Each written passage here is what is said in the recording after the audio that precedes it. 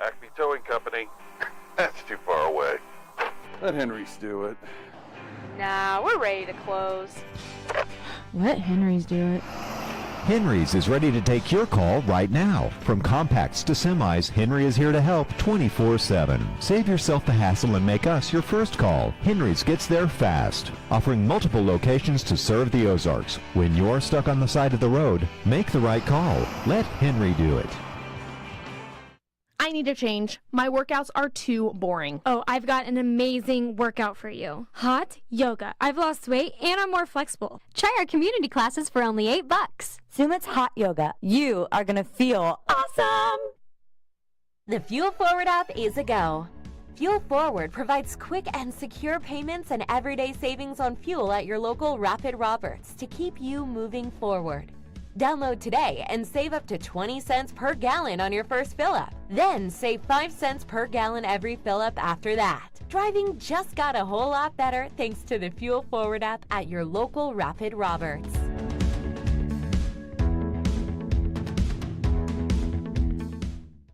Take a breath. Here's your Be Well moment with Burl Behavioral Health. You're invited to pause and feel connected. Let's practice by taking a deep breath in and an exhale out, and start to notice the space around you. What can you see that is a reminder of your connection with others? Maybe it's a drawing created by a child, a music playlist put together with a friend, a beloved pet basking in the sun. If we look closely, there's evidence of our connection to others all around us. For more wellness, visit BeWellCommunity.org. I'm Cole Carpenter with the Bank of Missouri. If you're in the market for a new home, you're probably spending a lot of time looking at real estate listings. But there's one main thing you need to do to narrow down your search. Get pre-qualified for a home loan. Mortgage loan officer Shannon Meissner is here. How does this help you to live well, bank well? Getting pre-qualified for a mortgage loan is definitely your first step. Pre-qualification allows you to determine early on how much money you can borrow to purchase a home in connection with your monthly budget. This way you know what homes to be watching the market for. We have lots of different loan options to fit everyone's unique needs. This way we can help you accomplish your homeownership dreams and goals. And the best part about pre-qualification is there's no cost. It's quick, easy, and it makes you a smart buyer. Thanks, Shannon. And of course, our mortgage loan officers like you are here to help you every step of the way. At the Bank of Missouri, we help you live well, bank well. The Bank of Missouri is an equal housing lender.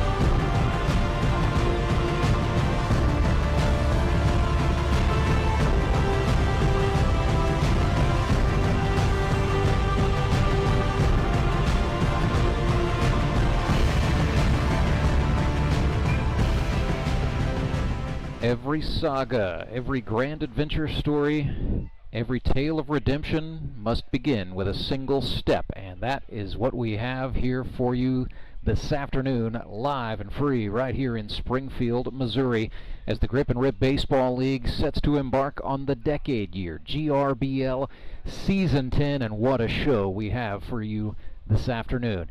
A triple header of the premier men's wood bat baseball league in the Midwestern United States starts off at high noon. We're set to bring you the Moon City Mavericks against the Republic Locos. Coming up today at 3 o'clock, the Ozark Mountain Ducks will face their rivals, the Springfield Metropolitans. And then at 6:30 p.m., a brand new, the first episode of Baseball Night in the Ozarks of 2025 is a rematch of the 2024 Howard Bell Trophy Championship game. It'll be the reigning and defending world champion Branson Showmen against the Nixa Suckers. Well, hello once again, everybody. I'm Rance Berger. Welcome you in to Mark Worley Field at Meadow Park for 2025. It is the home for all of the action in the Grip and Rip Baseball League.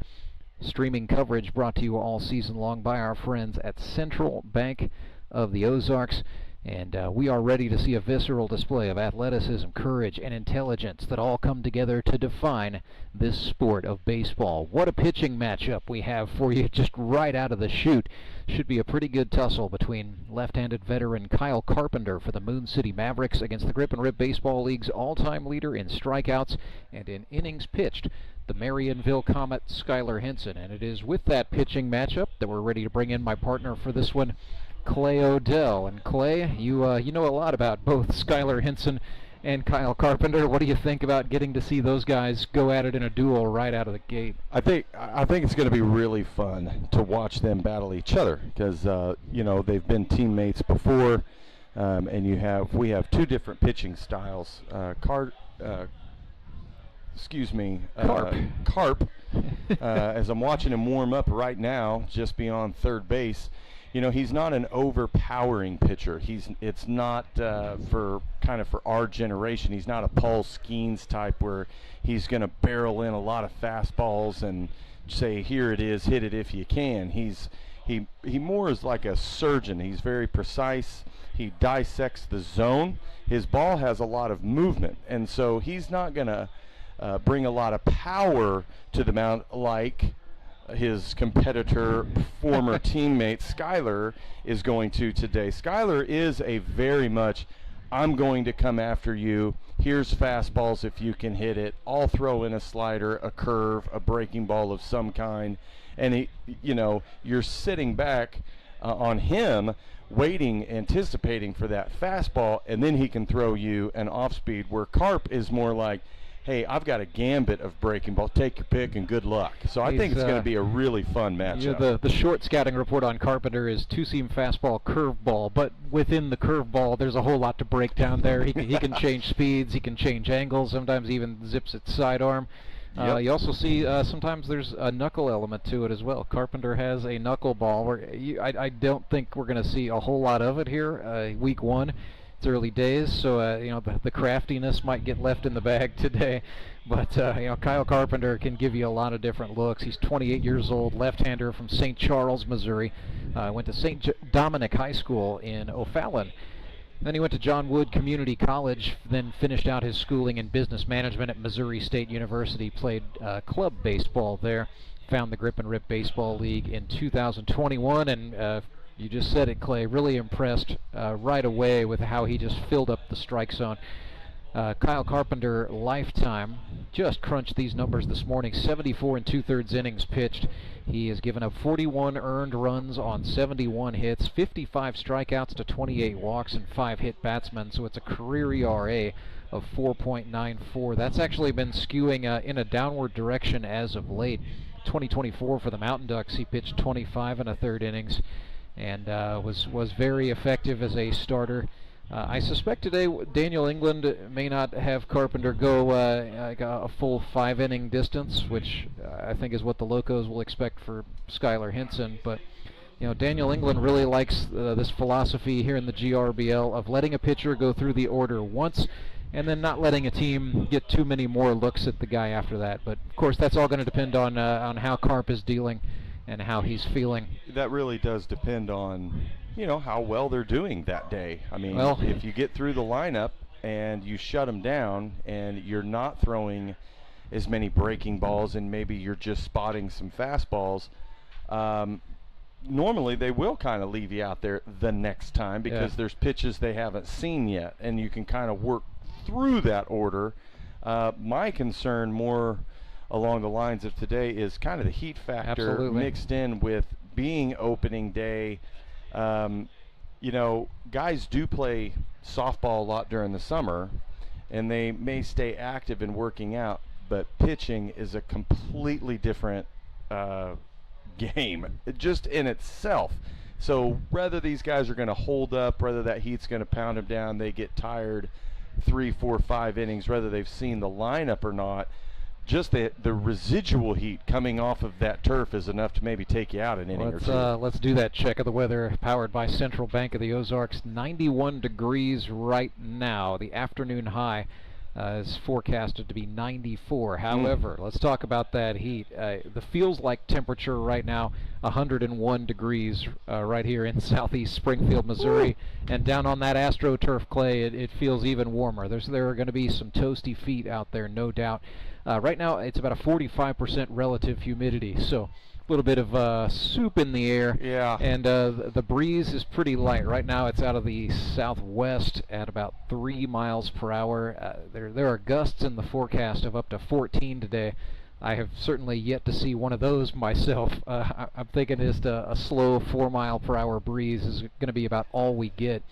And that wind out of the southwest, I mean, I was just trying to look for the flag. I mean, blowing in a little bit from right field, but it's pretty negligible. There's a flag way over there over the right field wall over on the softball complex that I've been studying. So a little bit of a crosswind maybe first to third, but I would say mostly blowing in from right field is looks like is what I'm going to go with officially. Foul pole, right to left, yeah.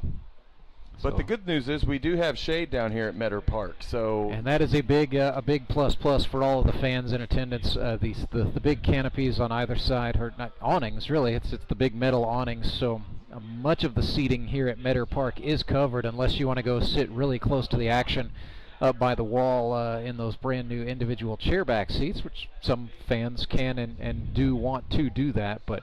Plenty of shade to be had, and a slight breeze. Also, a lot of great stuff going in the concession stand. The opening day atmosphere really just second to none here in the GRBL, and there are going to be a lot of surprises along the way.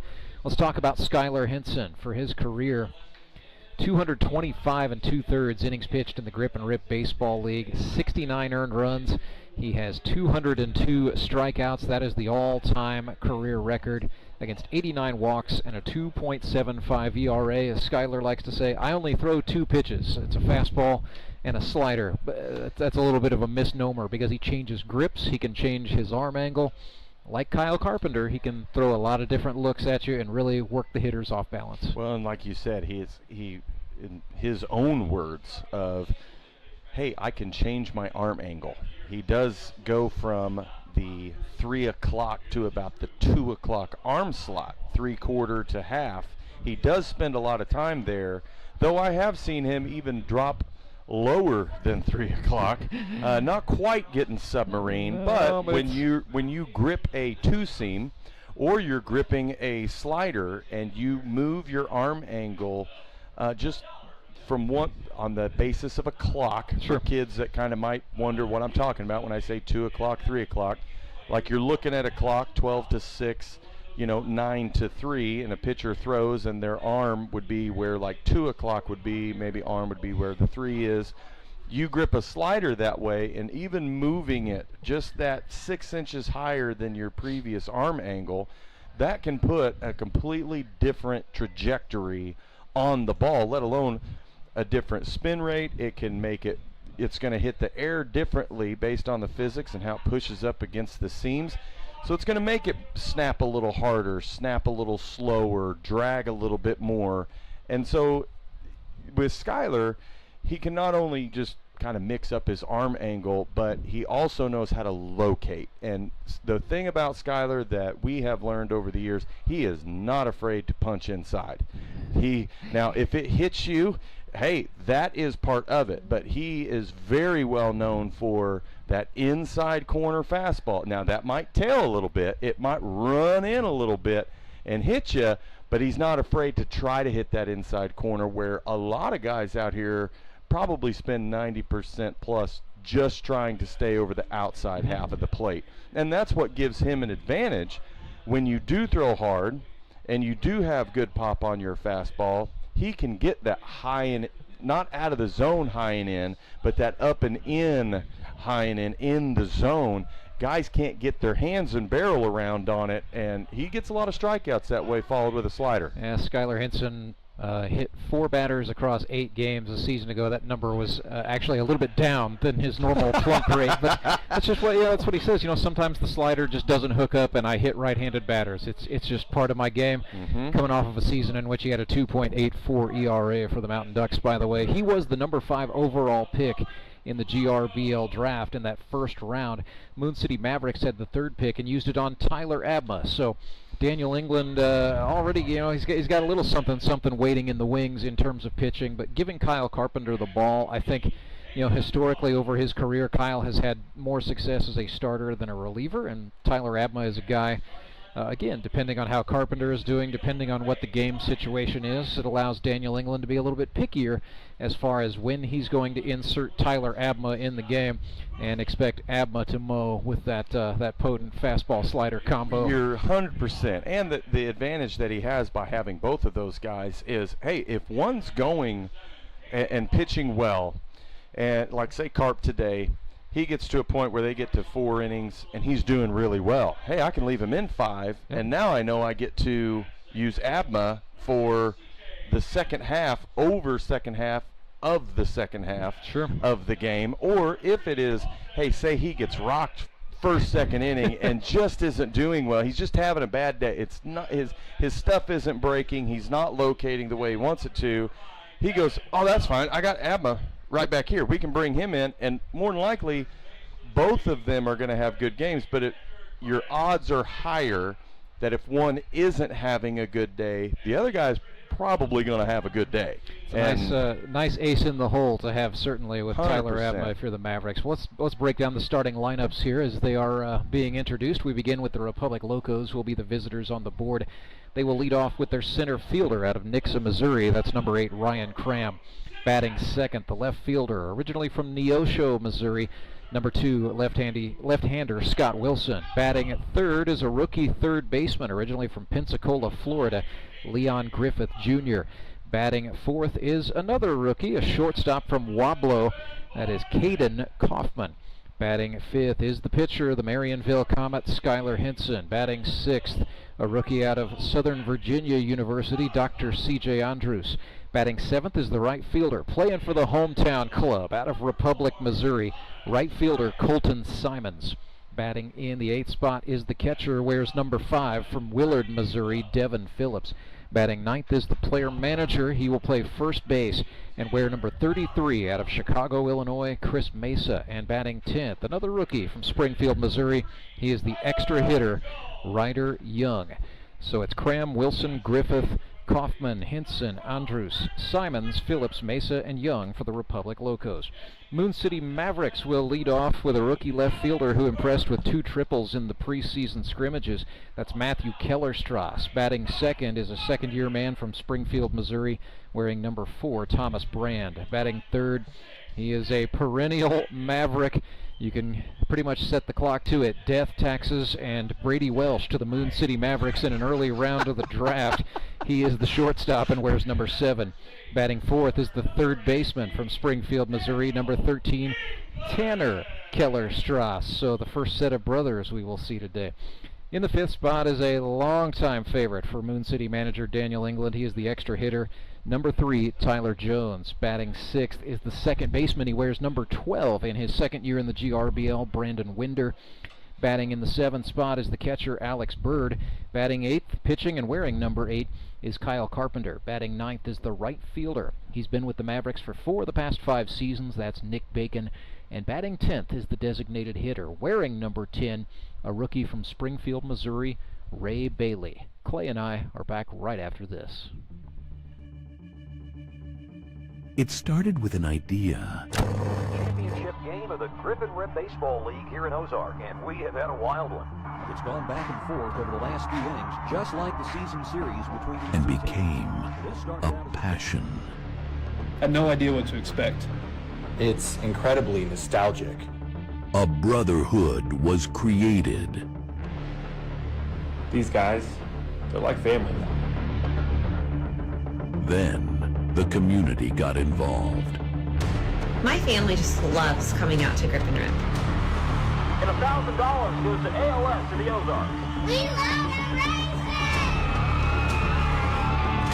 Champions were crowned. Back to back to back for Justin Skinner. Let's go! Champions, go! Mark Webb and the Ozark Mountain Ducks are the champions. Bring on season 10. Moon City, baby. Goldfish. The Quack Attack is back. Let's go, Locos. Let's go, Mets! It's showtime. Welcome to season 10 of the GRBL. Baseball's ultimate second chance.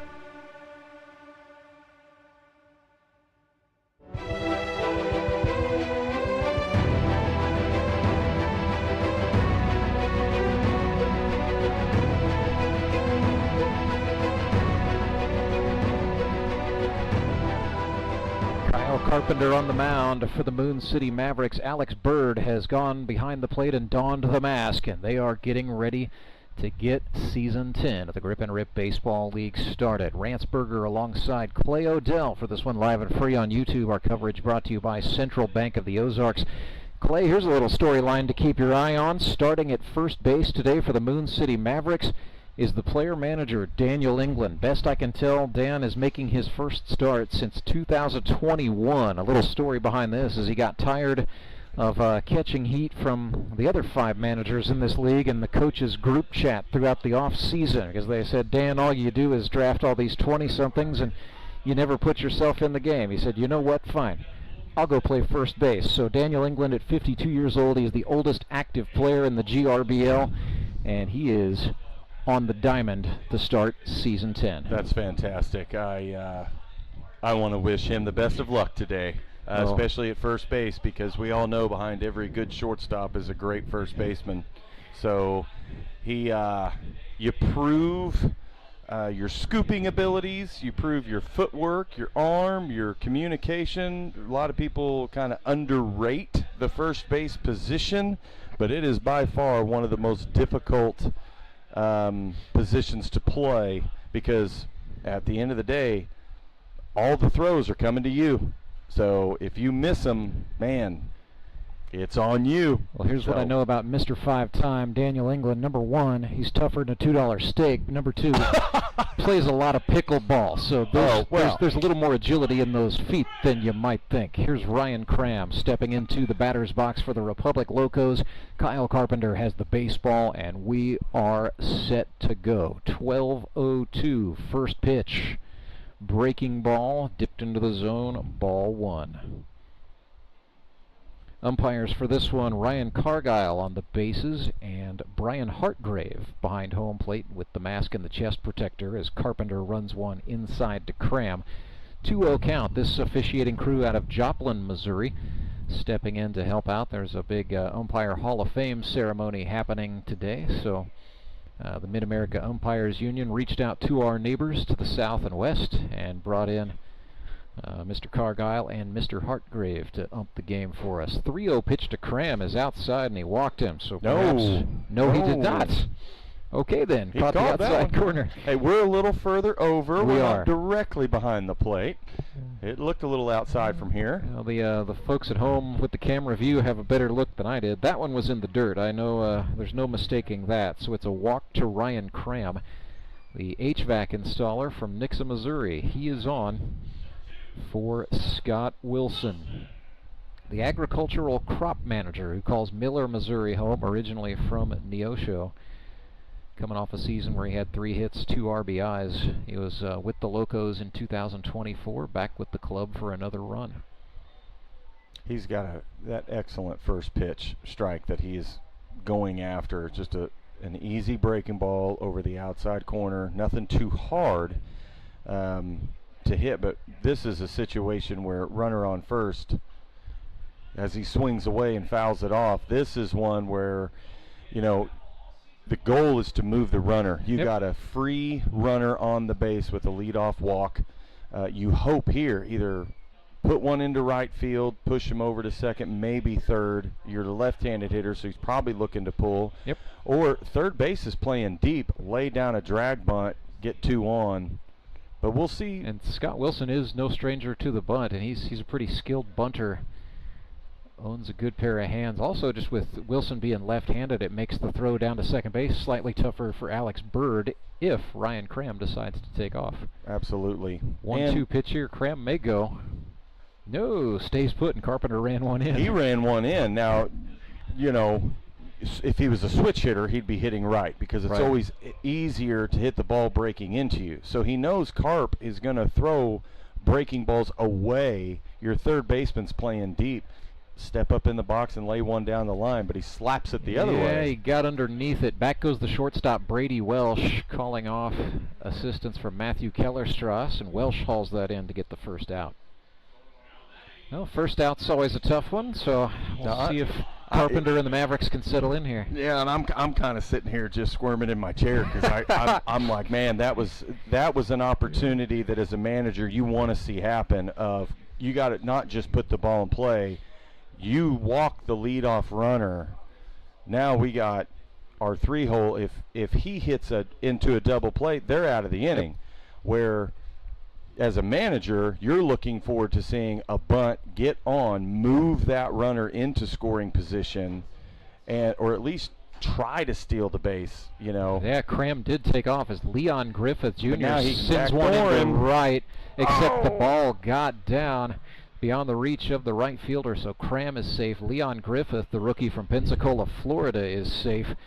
And that's a case where, yeah, the Mavericks maybe could be out of the inning by now, but just looked like a bad read in the sun. Not sure what that was. Yeah, that was a bad read. I don't know how the boys are going to mark it, but, I mean, he squared up and had 2 hands coming up to the ball, and he just dropped it. But that's another baseball god blessing, where you get an E9. Now you got 1 out with runners on first and second.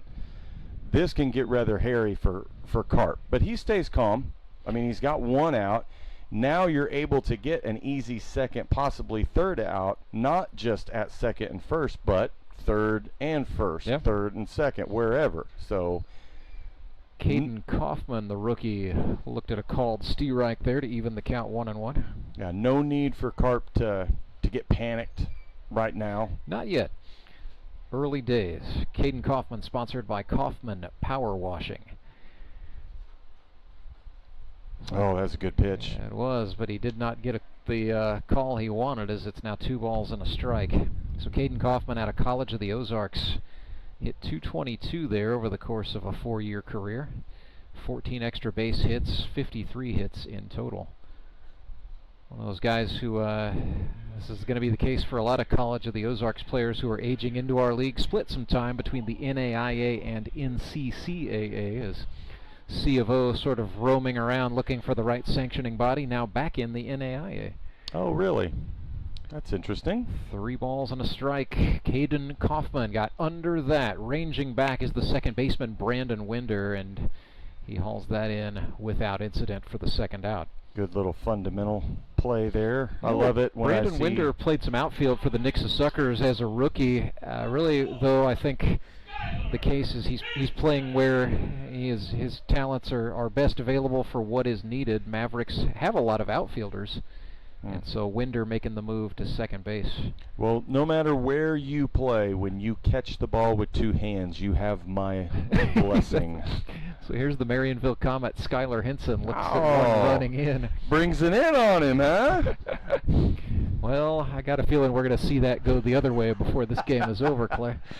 Oh, man, this is great. This is what I love to see. Competitor versus competitor, pitcher versus pitcher. Let them know I'm here.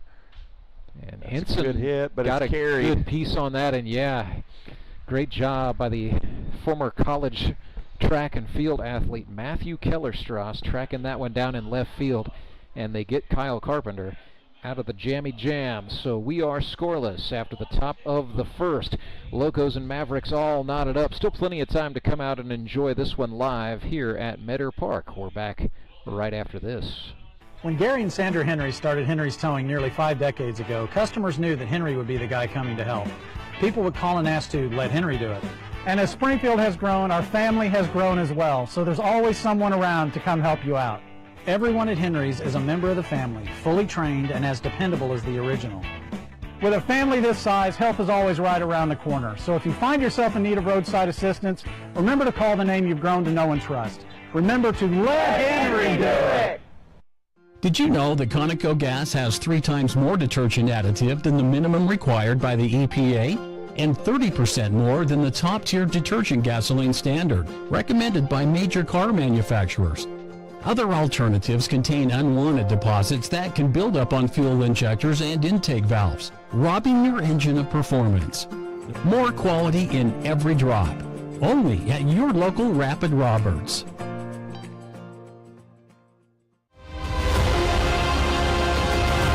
This is 2022 Rookie of the Year Trent Simpson. Watch me on Baseball Night in the Ozarks tonight at 6.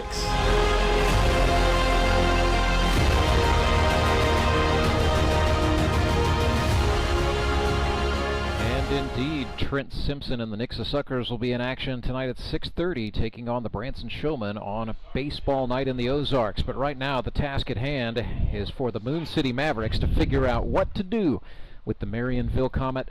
Skyler Henson, the right-hander out of Arkansas Pine Bluff, taking his warm-up tosses for the Republic Locos, getting set for what will be his 9th season in the Grip and Rip Baseball League. I feel like we've watched Skyler Henson grow up from a fresh young 22-year-old straight out of college when he made his debut in Season 2. Now he's 31 years old. He's a father of a young son named Jasper, and he and his wife Alex have another bun in the oven, I do believe. So, Skyler Henson, he's matured a lot as both a grown man in the banking industry and as a baseball pitcher. And interesting task here as the Mavericks are sending in the young guns. Matthew Kellerstrass chops one to the third baseman. Rookie Leon Griffith is up with it, sort of airmailed the throw.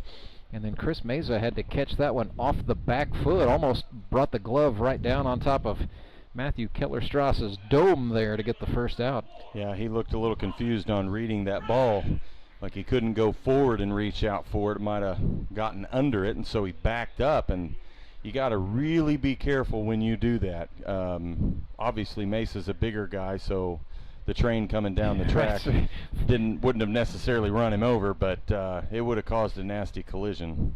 Leon Griffith may be a little bit nervous. I talked to him in the pregame. I said, Leon, when's the last time you put on the uniform and did this? He said, no, last week in the Jamboree. I said, no, Leon, but before that, when was the last time? He said, it's been about 10 years. So, so Leon's fired up to be here, a 30-year-old rookie. And we're excited he's here. He had a great tryout. It's a 3-0 count, swing, and a foul ball off the bat of Thomas Brand makes it 3-1. And this really shows you Skyler's fastball approach. He is not trying to overpower. He's just locating his fastballs in and out and up and down.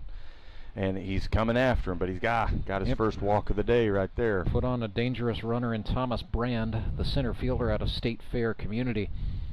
And so now the batter is Brady Welsh. So Brady out of Arkansas State had 6 hits with the Mavericks in 2024, 32 in a GRBL career that began in 2021. He's down 0-1 here.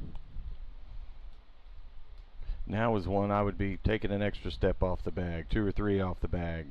Ooh, speaking of changing pace, right? We talked about that. And Skyler Henson got Brady Welsh way out on the front foot there for a swinging strike, and now it's 0-2. He was definitely geared up for something faster. That was swung on, fouled back. That is going to go, just missed going on the top of the awning. Instead, it is into the stands, and one lucky fan will get a 50-cent foul ball out of that. My son is out of town this weekend, so he is a little upset he will not be getting to chase baseball, foul balls today. Guess it won't be hailing quarters in the Odell house later. Nope. Fastball was on the outer half. Welsh swung on, sent it in the air into center field, but that's going to be tracked and handled by Ryan Cram for the second out. He had the right idea going oppo, which is what you want to do when you have a runner on first like that.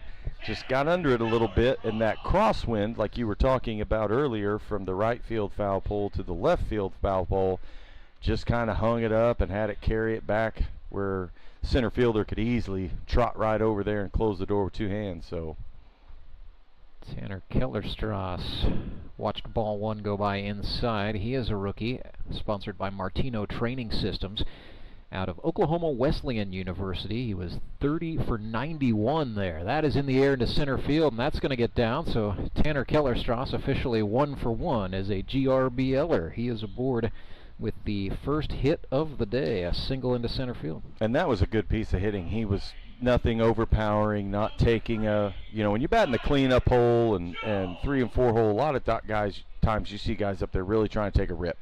And that's okay, first pitch, hey, you don't have anything on the board, you're looking for your pitch. If you see it, take a rip. You got to make your adjustment after that point. He made the adjustment and thought, hey, we just got a guy on first, let's get a rhythm going. He just made a nice smooth stroke right up the middle to move his runner and get on himself. Here's a guy who knows about hitting, Tyler Jones, but too much air underneath this one. Ryan Cram goes back and almost bit the dust. He probably should have taken a couple more steps. I couldn't tell if he was just drifting on it or was he trying to get back and the wind just kept carrying it and he kept thinking, well, wait a minute, I got to keep going back. I think it was that exactly. Ryan was expecting that ball to go down in the humid air, and it just sort of kept sailing on him. Nonetheless, all's well that ends well for Ryan Cram out in center field. We are scoreless after 1 inning, and we're going to come back with more Grip and Rip baseball right after this. At Central Bank, we've brought the home loan process closer to home. All of our lending decisions are made locally, right here in your community, so you get quick answers and loans that are tailored to meet your needs. So whether you're just starting your home buying journey or well on your way, Central Bank can help turn possibilities into realities. Apply online at centralbank.net or at any of our convenient locations. Central Bank. We do banking better. Member FDIC, Equal Housing Lender. Life is full of things to worry about. Your home's foundation shouldn't be one of them. Vertical and horizontal foundation cracks, windows and doors that stick are all indications that your home has foundation issues. At Foundation Recovery Systems, we offer permanent solutions that help put your worries to rest. Call us today for a free inspection.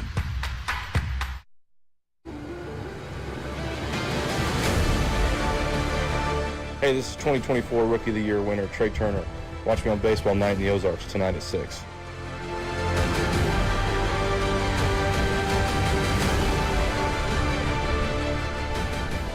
0-0 the score. We've played 1 inning. Locos and Mavericks knotted up. Kyle Carpenter back to the hill for Moon City, and rookie C.J. Andrews steps in to the batter's box for the Locos. Andrews watched a curveball dip into the zone for a called strike 1. A little bit of backwards pitching already beginning. Opening day. Andrews grounds this one to the shortstop. Welsh up with it, throws across, and hey, Daniel England right in time and wasted no time starting the old throw it around the horn thing. Well, he did not. The way he transitioned so quick, you'd think he was trying to turn a double play or something. It's like, take your pace over there throwing around the horn, brother. I think old number 18 has a little something to prove here. And you hear the ovation behind us for Colton Simons.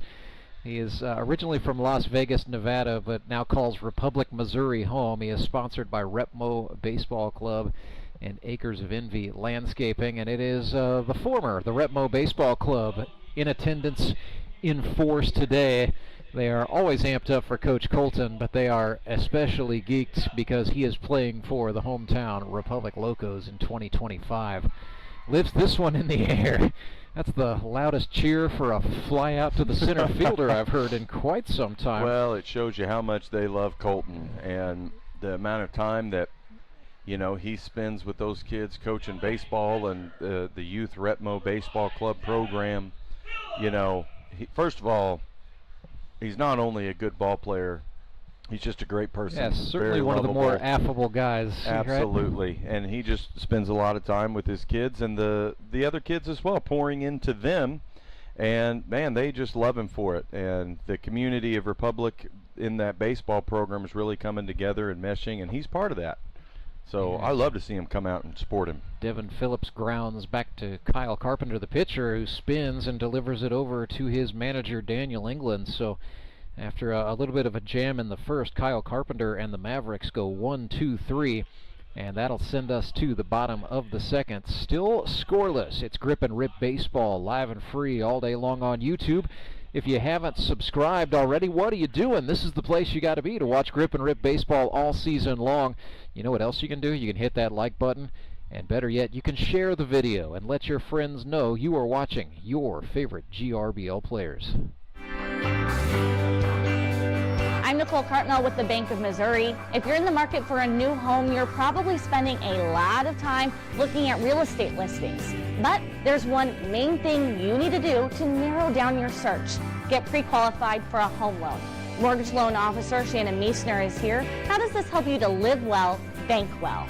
Getting pre-qualified for a mortgage loan is definitely your first step. Pre-qualification allows you to determine early on how much money you can borrow to purchase a home in connection with your monthly budget. This way you know what homes to be watching the market for. We have lots of different loan options to fit everyone's unique needs. This way we can help you accomplish your homeownership dreams and goals. And the best part about pre-qualification is there's no cost. It's quick, easy, and it makes you a smart buyer. Thanks, Shannon. And of course, our mortgage loan officers like you are here to help you every step of the way. At the Bank of Missouri, we help you live well, bank well. The Bank of Missouri is an equal housing lender.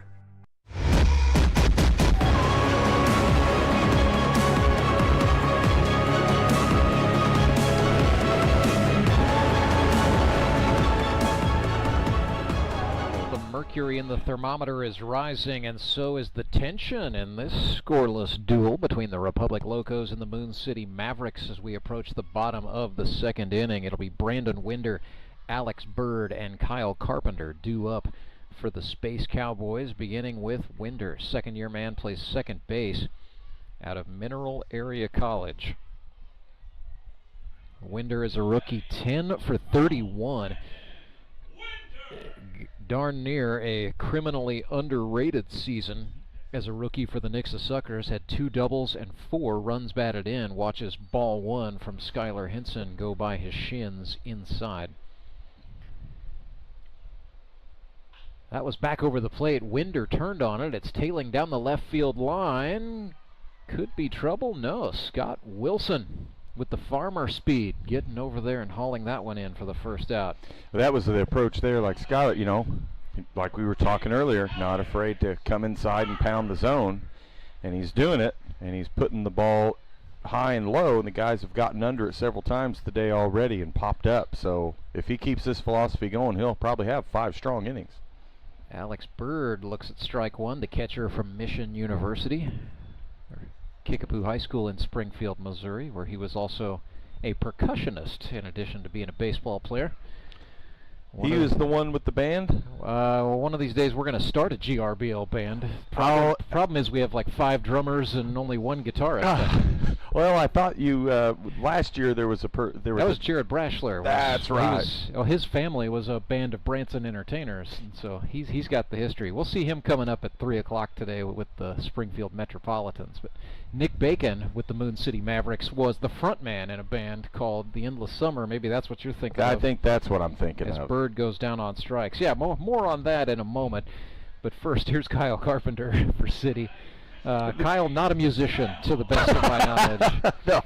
No, he's not. He is more into tools, woodworking. Sponsored by Key Cornerstone Realty. Steve Reich thrown out of the St. Louis area. Now this might be interesting because Skyler likes to keep the ball down. But Carp will be looking for it down, and Carp is not afraid to hit. Just slap something the other way, little dying quail past third. But he'll take a rip and hit it up the middle like that. Yeah, sends that one in the air to center field. Back goes Cram, and he hauls that in over the shoulder for the catch. So a 3-up, 3-down inning for Skyler Henson and the Republic Locos there as the back and forth continues. Very interesting. We remain scoreless. Back with inning number 3 right after this. Your local hot seat dealer is an expert with hands-on cleaning knowledge to help you select the ideal pressure washer for your job. Take confidence in knowing you have a resource for all your cleaning needs. Service can be scheduled in-house or on location by a factory-trained technician using genuine hot seat parts. Be sure to ask about scheduled maintenance plans, as well as a variety of accessories to clean more efficiently. And don't forget the soap. We have detergents for every cleaning need and have a bulk delivery program. Customized wash bays and mobile cleaning systems are also available. Build a partnership where you're a name, not a number. Contact your local hot seat dealer to see why nothing cleans like a hot seat.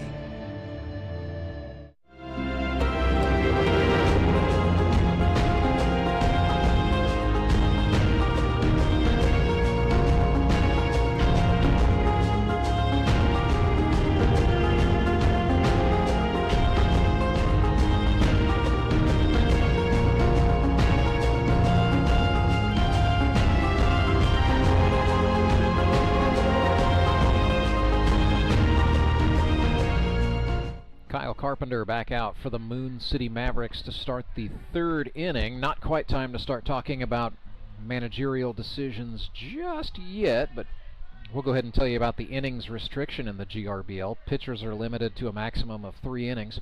However, each team may designate one pitcher with the 3+ designation, and that pitcher may throw a maximum of 5 innings. It does not have to be the starting pitchers, so it'll be decision time for both of these clubs at the conclusion of the 3rd inning. I suspect the Republic Locos, it's pretty much a no-brainer. Skyler Henson has been a 5-inning guy for much of his GRBL career. You know, for the Mavericks, Kyle Carpenter with Tyler Abma waiting in the wings and just Daniel England's managerial style. May be interesting, but I don't know. They're going to take a look, I'm sure, at what his pitch count is. They're going to ask him how he's feeling, and then they will have a decision to make here at the conclusion of the top of the 3rd. Well, it is a different mindset when you know you're pitching and you know whoever comes up behind you after you can equally shut the door compared to I'm the best one out here. Right. What's going to happen after I come out of this ball game? Sure. Exactly. Chris Mesa, the Locos player manager and first baseman, swings and misses at strike 1. 34 hits in Chris's GRBL career. He's been out here from the onset. An original 60 fraternity member, one of 11 players from that 2016 season, active here in 2025. That's great. Not all those players have played all 10 years, but Chris actually has, as he swung and missed over the top of a curveball. Yeah, I can see. Yeah, that jaw's moving. He's either letting himself have it or he is engaged in discussion with the catcher, Alex Bird. There's a fastball, 2 hops to the shortstop, Brady Welsh, fires across the diamond, and Daniel England is right there. Yeah, he was definitely sitting on something. He was ready to get revenge after maybe being a little too far out on that front foot the pitch before. Carpenter did a great job changing speeds. Here is Ryder Young. He's going to get his first look at Kyle Carpenter here. Ryder, a rookie from Springfield, Missouri, out of Glendale High School, 21 years old, one of the youngest. He didn't call that. Well, from here, it still looked like it was in the zone, even though maybe he didn't check swing. An alleged check swing there. Is that what you're telling me? Well, there's the now that looked like same location. No, I'm sorry, gang. I don't want to beat up on the Blues. I mean, I really do, but I don't. We love our umpires. It just looks different from our view over here in the booth, where unlike when we were at Mountain Duck Stadium, we were right behind the plate. Here, we're about 20 feet left of the camera you are looking at from home, so it's a different view for us. So if you ever find yourself wondering, are those guys talking, watching a different baseball game? Well, yeah, kind of. I mean, at least we have a different vantage point anyway. Ryder Young facing a 2-2. Carpenter went at him with a breaking ball. That was outside, so here comes a full house. First full count we've seen today, I do believe. With one away here in the top of the third. Carpenter went back to the fastball. Ryder Young drove that. It's tailing down, but a leap and a grab from Thomas Brand. The wind is carrying it. It's keeping it up. And that made it all the more easy for center fielder to just kind of go over there. And even then, he kind of made a hop there. Didn't need to, but he kind of jumped up and grabbed it. I think it was higher than he thought. That wind is keeping that ball up. If somebody gets one today in the jet stream, they might not only put it over the scoreboard, they might put it over the lights and trees out there. Well, there's a swimming pool out there in left field. Think somebody can hit it that far? I wouldn't doubt it. I'm sure Thor. That's what we're going to hang around for tonight. Can Trey Turner hit the pool? Locos back at the top of the order, and Ryan Cram swung at a fastball down to fall behind 0-2. Oh, there's a few guys on the Showmen that they get a hold of it. They might be splashing that pool. A few of them. The word of the night for that Branson team anyway is power.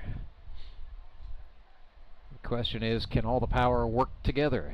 Somebody's going to have to run the bases at some time and point. Well, that was what made them so good last year, was they had their power, but they equally had their speed. Breaking pitch from Carpenter on the 1-2, and great job by Ryan Cram. You know, he knew he was not going to drive that one out in the outfield, but he certainly spoiled it and kept the at-bat going. Now, right now is when you just need something to get through. Even like that, maybe a short infield low dribbler. hit. Tanner Kellerstrass barehanded it, and it will not get there in time. It was also thrown away, but a nice hustle by the right fielder, Nick Bacon, and then he soccer kicked it off of the bullpen fence out there. They're going to limit Ryan Cram to first base on what could have been disastrous. Well, that was kind of playing hot potato with that ball over in the corner once it got past first. But when you come up and you barehand one from third and you make that throw, you got to really be on point because your body is contorted more so than. There's a bunt. Yes, there's a bunt. A two-out bunt attempt from Scott Wilson, but a great job by Kyle Carpenter getting off the mound, handling that baseball. Call that kid the Puma. He came off that thing like a cat. Carpenter did a great job, and nice job by Wilson, to be fair, trying to catch the Mavericks off balance, but Kyle Carpenter not falling for it. So we stay scoreless. We will bring you the bottom of inning number 3. More action from Skyler Henson on the other side of this quick timeout. When Gary and Sandra Henry started Henry's Towing nearly 5 decades ago, customers knew that Henry would be the guy coming to help. People would call and ask to let Henry do it. And as Springfield has grown, our family has grown as well, so there's always someone around to come help you out. Everyone at Henry's is a member of the family, fully trained and as dependable as the original. With a family this size, help is always right around the corner. So if you find yourself in need of roadside assistance, remember to call the name you've grown to know and trust. Remember to let Henry do it! Mr. Callahan, let's play Word Connect. I don't want to. I'll start. I'm not gonna. Air. Services. Professional. Trustworthy. Quality. Satisfaction. Everyday. Overnight. 24/7. Repair. Replace. Air. Water. Heating. Cooling. VIP. Membership. Okay, that's good. Okay, that's bad. Stop. Go. Jimmy! Mr. Callahan! Fired. Hired. That was fun. Again? Call Air Services today. This is GRBL All-Star Zach Young. Watch me on Baseball Night in the Ozarks tonight at 6.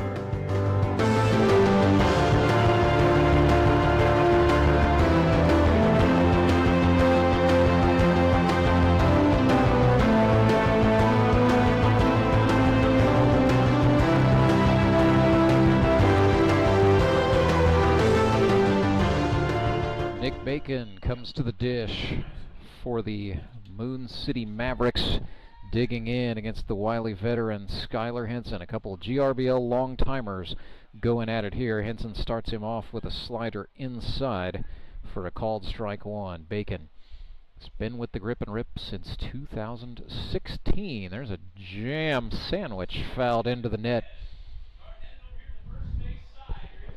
to fall behind 0-2. Nick's got his name on the Howard Bell Trophy twice.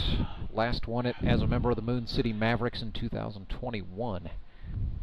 Henson winds and fires the 0-2. That was a breaking ball. Bacon better get back. Got a nice piece. Back is the left fielder, Scott Wilson, and this is dropped.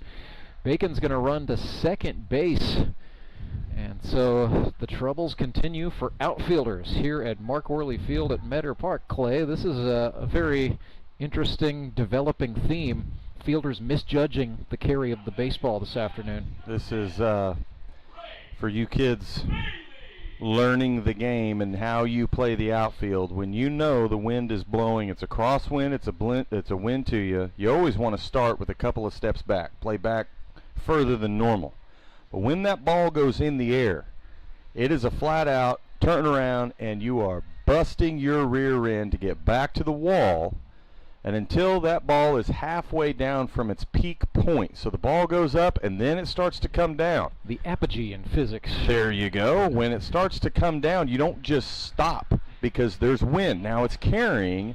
You want to bust your rear end back, let that ball carry to you instead of keep on drifting, which is what happened there, and then the ball goes side to side and you're not squared up in front of it. You're too busy chasing it, like what just happened, and then you throw your hand up. You're not solidified. You're not really ready to catch that ball, and it's going to bounce in and out and all over just like what we saw. Here's Ray Bailey, rookie from Springfield, Missouri, from the Kickapoo Chiefs, sends that one into left field, and going to get over the head. The woes continue, and the Mavericks will score. Bailey's ball goes to the wall. He's rounding second, digging for third, gets the woe up, slides in safely, but it is 1-0 Moon City. Nice piece of hitting by Ray Bailey and a great job by the Mavericks to pounce on a little bit of misfortune for the Locos in left field. And that is, he played that ball correctly. What needs to be addressed is this field, because it's still new, year-old turf, it has got a bounce to it, and all that happened in that one was it bounced and just flat out went over him, and there was nothing he could do about that. It was turn and do the best to go recover the ball at the wall, and that's what Scott Wilson did there.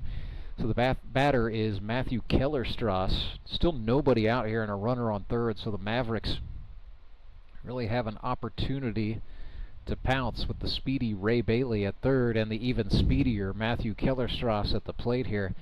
He went to Evangel University, played a year of baseball, and then switched to track and field, where he was a short distance sprinter. We saw that get showed off in the preseason quite a bit, Clay, as he legged out a couple of triples. He hit a couple to left, I watched. That is well struck, but it is right at the shortstop, Caden Kaufman, who barely moved in order to just stick the glove up and haul that in for just the first out. So, and that's a hit that, as a hitter, don't get too frustrated with, because he hit it hard, he hit it solid, and you do that. But sometimes you hit it right to a defender. And kids who grow up with this game and learning the ins and outs of it, sometimes you can hit a ball to a defender and you're more focused on the fact that you got out and not, hey, I hit the ball hard. It will find the hole or in the gap later, so he shouldn't get too down on himself, even though he's got a runner on third. Here's Thomas Brand, drew a walk his first time up, skies this one foul, well out of play to make the count 1-2. Brand, a second-year man out of State Fair Community College, got to be teammates with his father, Kurt Brand, a season ago, but Kurt decided he was going to hang him up after that season. Just really relished the opportunity to play with Thomas, but he said, I am done, but I've seen Kurt in the stands, so he is enjoying just being a father and a fan. And it was fun being in the dugout with both of them last year for the Ducks. He and his dad are just two genuinely good human beings. Absolutely.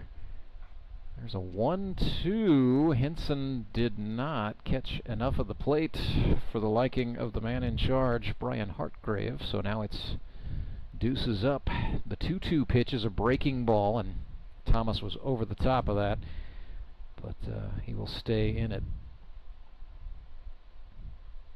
Thomas Brand, as this kind of continues, there's a little bit of a theme here with these 2025 Mavericks. A lot of these guys were high schoolers in Springfield, Missouri. Thomas went to Glendale High, so wearing the familiar powder blue again, but just this time with Moon City rather than the Glendale Falcons. Screamed that one off the protective screen in front of the visitors' first base dugout. You pitch him inside. If he gets it, your right fielder and your center fielder are going to be stretching legs running in a gap. Henson missed outside to the lefty Brand again, so we're full up, 3-2. One out, runner at third for the Mavericks is Bailey. Here comes Henson's payoff pitch. I was going to say, I wouldn't doubt if he goes fastball on the outside corner. Yes, he did. He finally caught the outside corner, and he got Thomas Brand swinging on strikes. So two gone. I know our view is different, but it's looked like he's tried to remain on that corner, just had struggles finding it today. But that one, you know, you throw the fastball hard like that, a lot of guys are going to swing just because they don't want to get called strike three looking. And that may be something, you know, Devin Phillips is a catcher who's got some experience with Skyler Henson. They may go into the dugout after this half is over and just talk about, you know, hey, what kind of adjustments can we make? Is there something I can do differently to give you a target? There's a fastball running very much glove side away from Brady Welsh for a called strike two. Last year I caught Skyler a couple times, and when we would come in the dugout to kind of have those conversations, a little bit on the inside. Mesa just gets out of the way, but they finally get the third out there. When we go into the dugout with Skyler and I'd ask him any questions, he had enough faith in me to go, the only thing he told me was, if I shake you off, keep giving me the same sign. I'm just doing it to throw the hitter off. Yeah. Other than that, dude, I like your approach. Keep doing what you're doing. I trust you. So I think he's got a lot of faith in his catcher. And he's telling him, hey, you tell me what to throw, and I'll just throw it. Let's just try to make it look deceiving to the hitters. Good stuff. The kids' race going on down on the field. Clay and I'll step away and come right back. Did you know that Conoco gas has 3 times more detergent additive than the minimum required by the EPA? And 30% more than the top-tier detergent gasoline standard, recommended by major car manufacturers. Other alternatives contain unwanted deposits that can build up on fuel injectors and intake valves, robbing your engine of performance. More quality in every drop. Only at your local Rapid Roberts. Support local, give local. We hear it all the time, and when it comes to blood donation, there's an easy way to make sure your gift is being used in your community. Donors with Community Blood Center of the Ozarks provide every drop of blood, platelets, and convalescent plasma to patients in over 40 area hospitals. How do I know why that's important? Because my youngest daughter, Joselina, is alive today thanks to local blood donors. Find out how you can help at cbco.org. Local donors, local patients. That's the Community Blood Center of the Ozarks difference.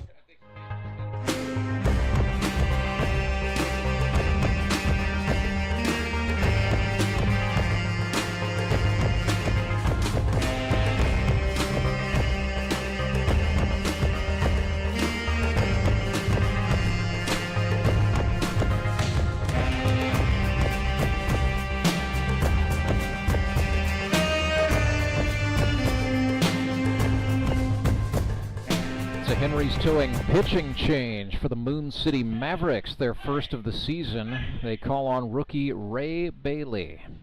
Bailey started the game in the designated hitter spot, but now has gone to the pitcher's mound. Another left-hander, so something interesting there for the Mavericks. Back-to-back lefties after Kyle Carpenter, and then Ray Bailey coming on here.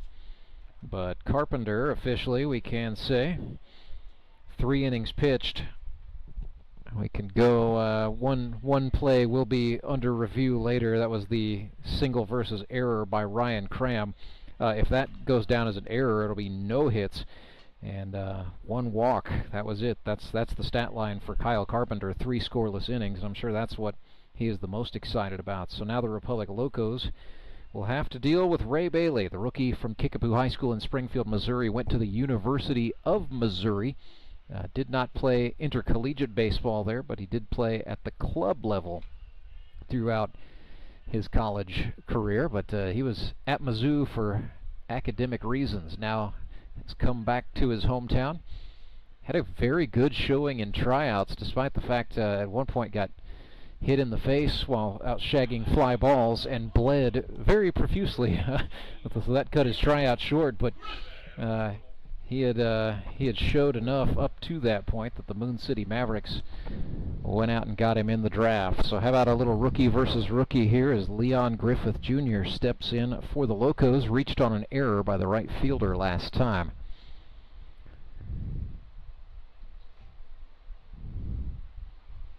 This is his, the young man pitching. It's his first year in the GRBL, and the first thing that steps out to me is his mechanics. I really like his mechanics. If for the kids watching at home, if you're a lefty, a lot of lefties have a tendency to really throw their glove hand open towards third, and he's really keeping his more tight.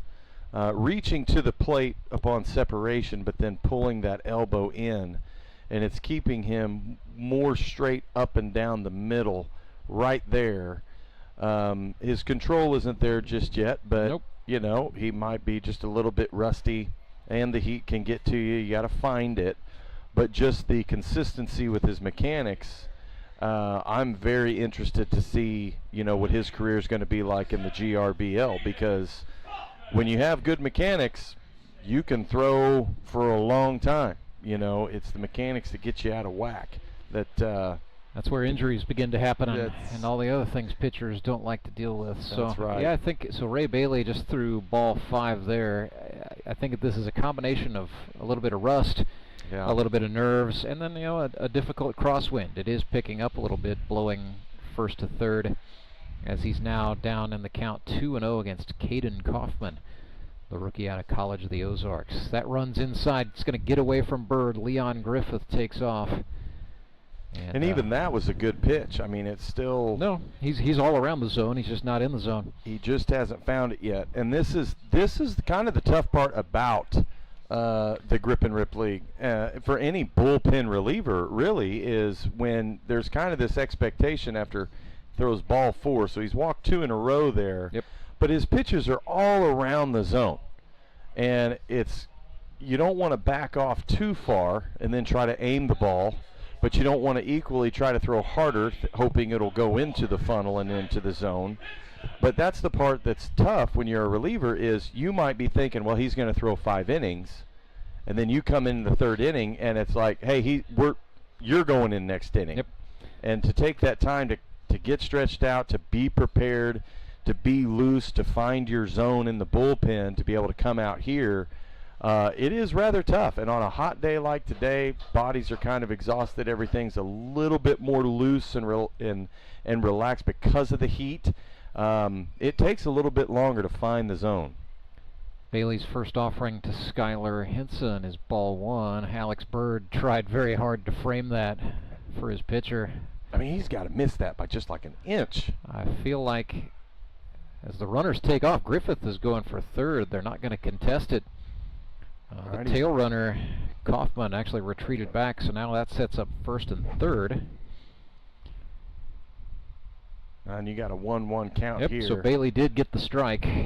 Got a feeling it's just a matter of getting that first one over. Skyler Henson lifts one way up into shallow left.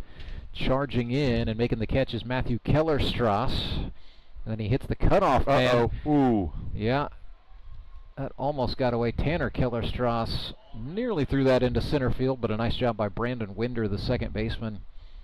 You know, no chance to get the runner, Kaufman, who came up and took second base, but Winder kept the ball on the infield and certainly kept a run off the board right there as Ray Bailey got his first out. So 1 away. Situation is now runners on 2nd and 3rd. First base open for C.J. Andrews. You can tell he's frustrated a little bit out there on the mound. Yes, he is. But you just got to cool the engines. You're still up by 1. You still got 1 out.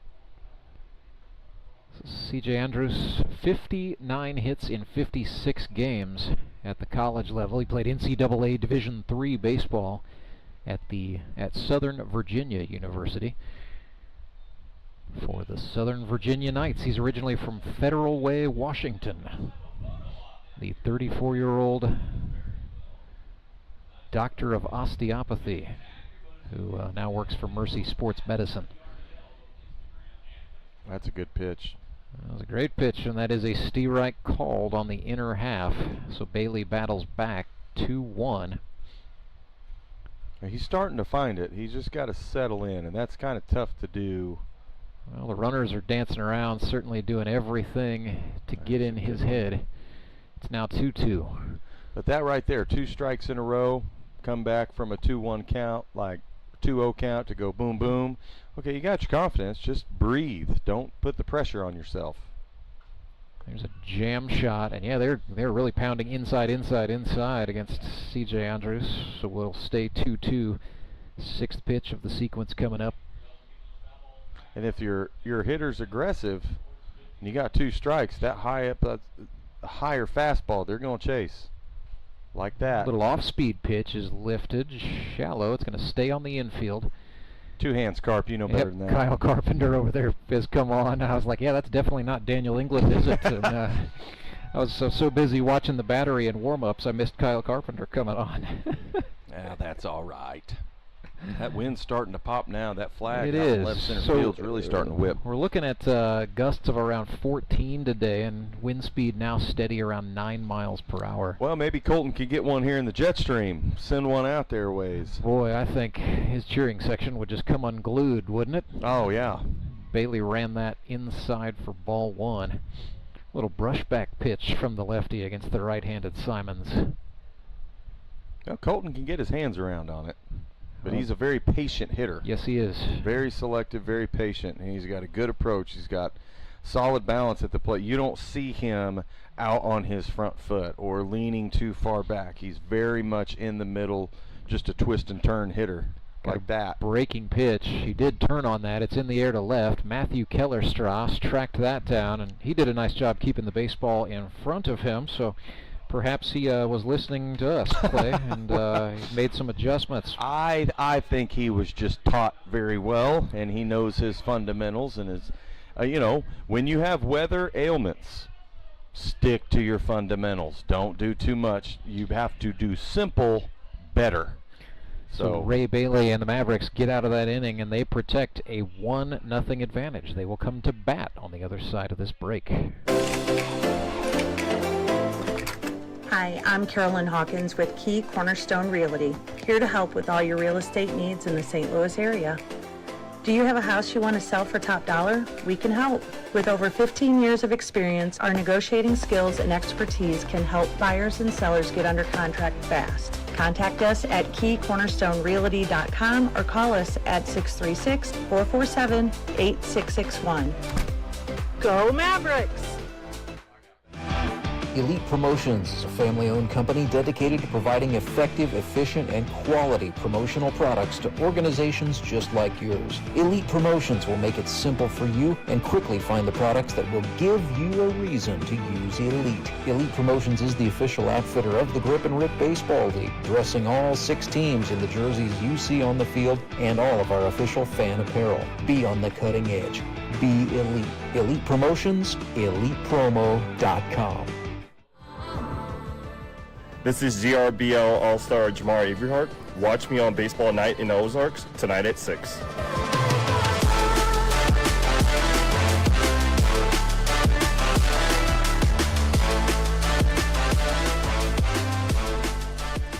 Suckers and Showmen coming up tonight at 6:30 on Baseball Night in the Ozarks. Coming up today at 3, it'll be the Springfield Metropolitans and the Ozark Mountain Ducks. I'll have the call of that game with Nick Bacon from the Moon City Mavericks as my partner. Right now, it's Rantzberger alongside Clay Odell. Skyler Henson still on for the Republic Locos here in the bottom of the 4th, and the Moon City Mavericks' Tanner Kellerstrass comes to bat, looking to add to a 1-0 lead. Kellerstrass singled out to center field his first time up. Tanner out of Oklahoma Wesleyan University, sponsored by Martino Training Systems. That is, speaking of the jet stream, Clay Odell, I think that one resorted in a call to the Federal Aviation Administration. They got so high up there. Calling air traffic control. But a nice job by the left fielder, Scott Wilson, seeing it well. catching that one.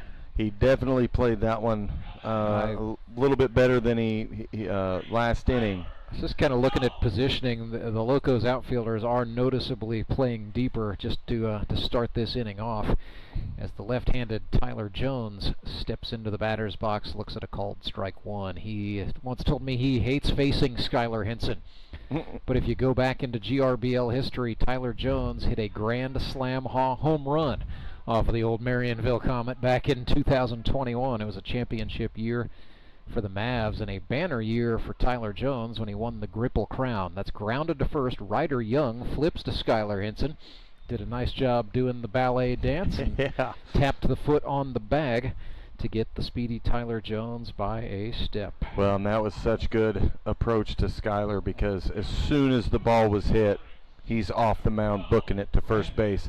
A lot of times you'll see that play, and the ball almost gets all the way to first base before the pitcher realizes, like, oh, maybe I should try to go cover that. Well, that time Henson was going after it. Man, speaking of going after it, Brandon Winder drives one down into the corner, down the left field line. He is absolutely up. Locos just get the throw in to hold off 3. But a stand-up, no doubt double for Brandon Winder, sort of picking up where he left off after getting 10 hits in 9 games with the Suckers a season ago.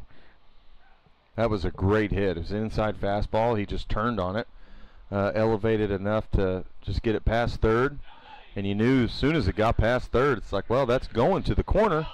And he just had a nice, easy stand-up double. Here is Alex Bird, catcher out of Mission University, coming up with a man on in scoring position and 2 outs. 1-0 Mavericks here at the bottom of the 4th. Ball 1. Must have been a little high. Well, Alex, as he sort of loads up, he crouches down, really drops the hips. That's going to be trouble. It's a flare into shallow center field. Mavericks are going to go ahead and send it. The throw from Ryan Cram is offline. It got there in time. Accuracy wasn't there, and Brandon Winder scores. It is now 2-0 Moon City, and it's an RBI base hit for Alex Bird. Well, and that was my opinion is that was the right thing to do in sending him, because you have the crosswind. Nobody before the game is practicing the crosswind throws. No. And a ball hit like that just gets past the shortstop but bounces so high, it's throwing that center fielder off. They're coming at a separate angle, force them to make the play at home, and we just saw the byproduct of that, which an off throw. And that's why I like the aggression on the base paths. That's why I think you need to be doing it. And the teams out here who are aggressive on base paths, you see them in later October. Breaking ball from Skyler Henson, and yeah, Daniel England's been in this league since it was founded. He knows it's always better to try to press the fielder into having to make a play. So more often than not, he will err on the side of aggression. As you see there, this, I think across the board, perhaps the youngest Moon City Mavericks team we have seen since the team launched in 2020. Daniel took a lot of youth, a lot of speed, just a lot of good contact hitters who put the ball into play, and it results in runs like that one that we just saw. So Kyle Carpenter facing a 1-2, watches it go by to even up the count. Well, and I know Carp, he's not going to want to be the third out, but absolutely not. He equally knows, hey, there's a run right there. He's looking to slap it. Just nothing hit super hard. Just get a good hit somewhere. Like up a the middle it goes. Skyler Henson juggled it a little, and yeah, Carp's in. Oh no! You got to flip. run that out, Carp. You got it. Should I stick my head out the window? Well, he's going to catch plenty of heat here in just a second, Clay, so don't worry about that. He's pacing off that field pretty quick. He's upset about that one. It is a 1-3 to end the inning, but the Mavericks do score one off an RBI base hit off the bat of Alex Bird. That makes it 2-0 Moon City. We go to the top of the 5th.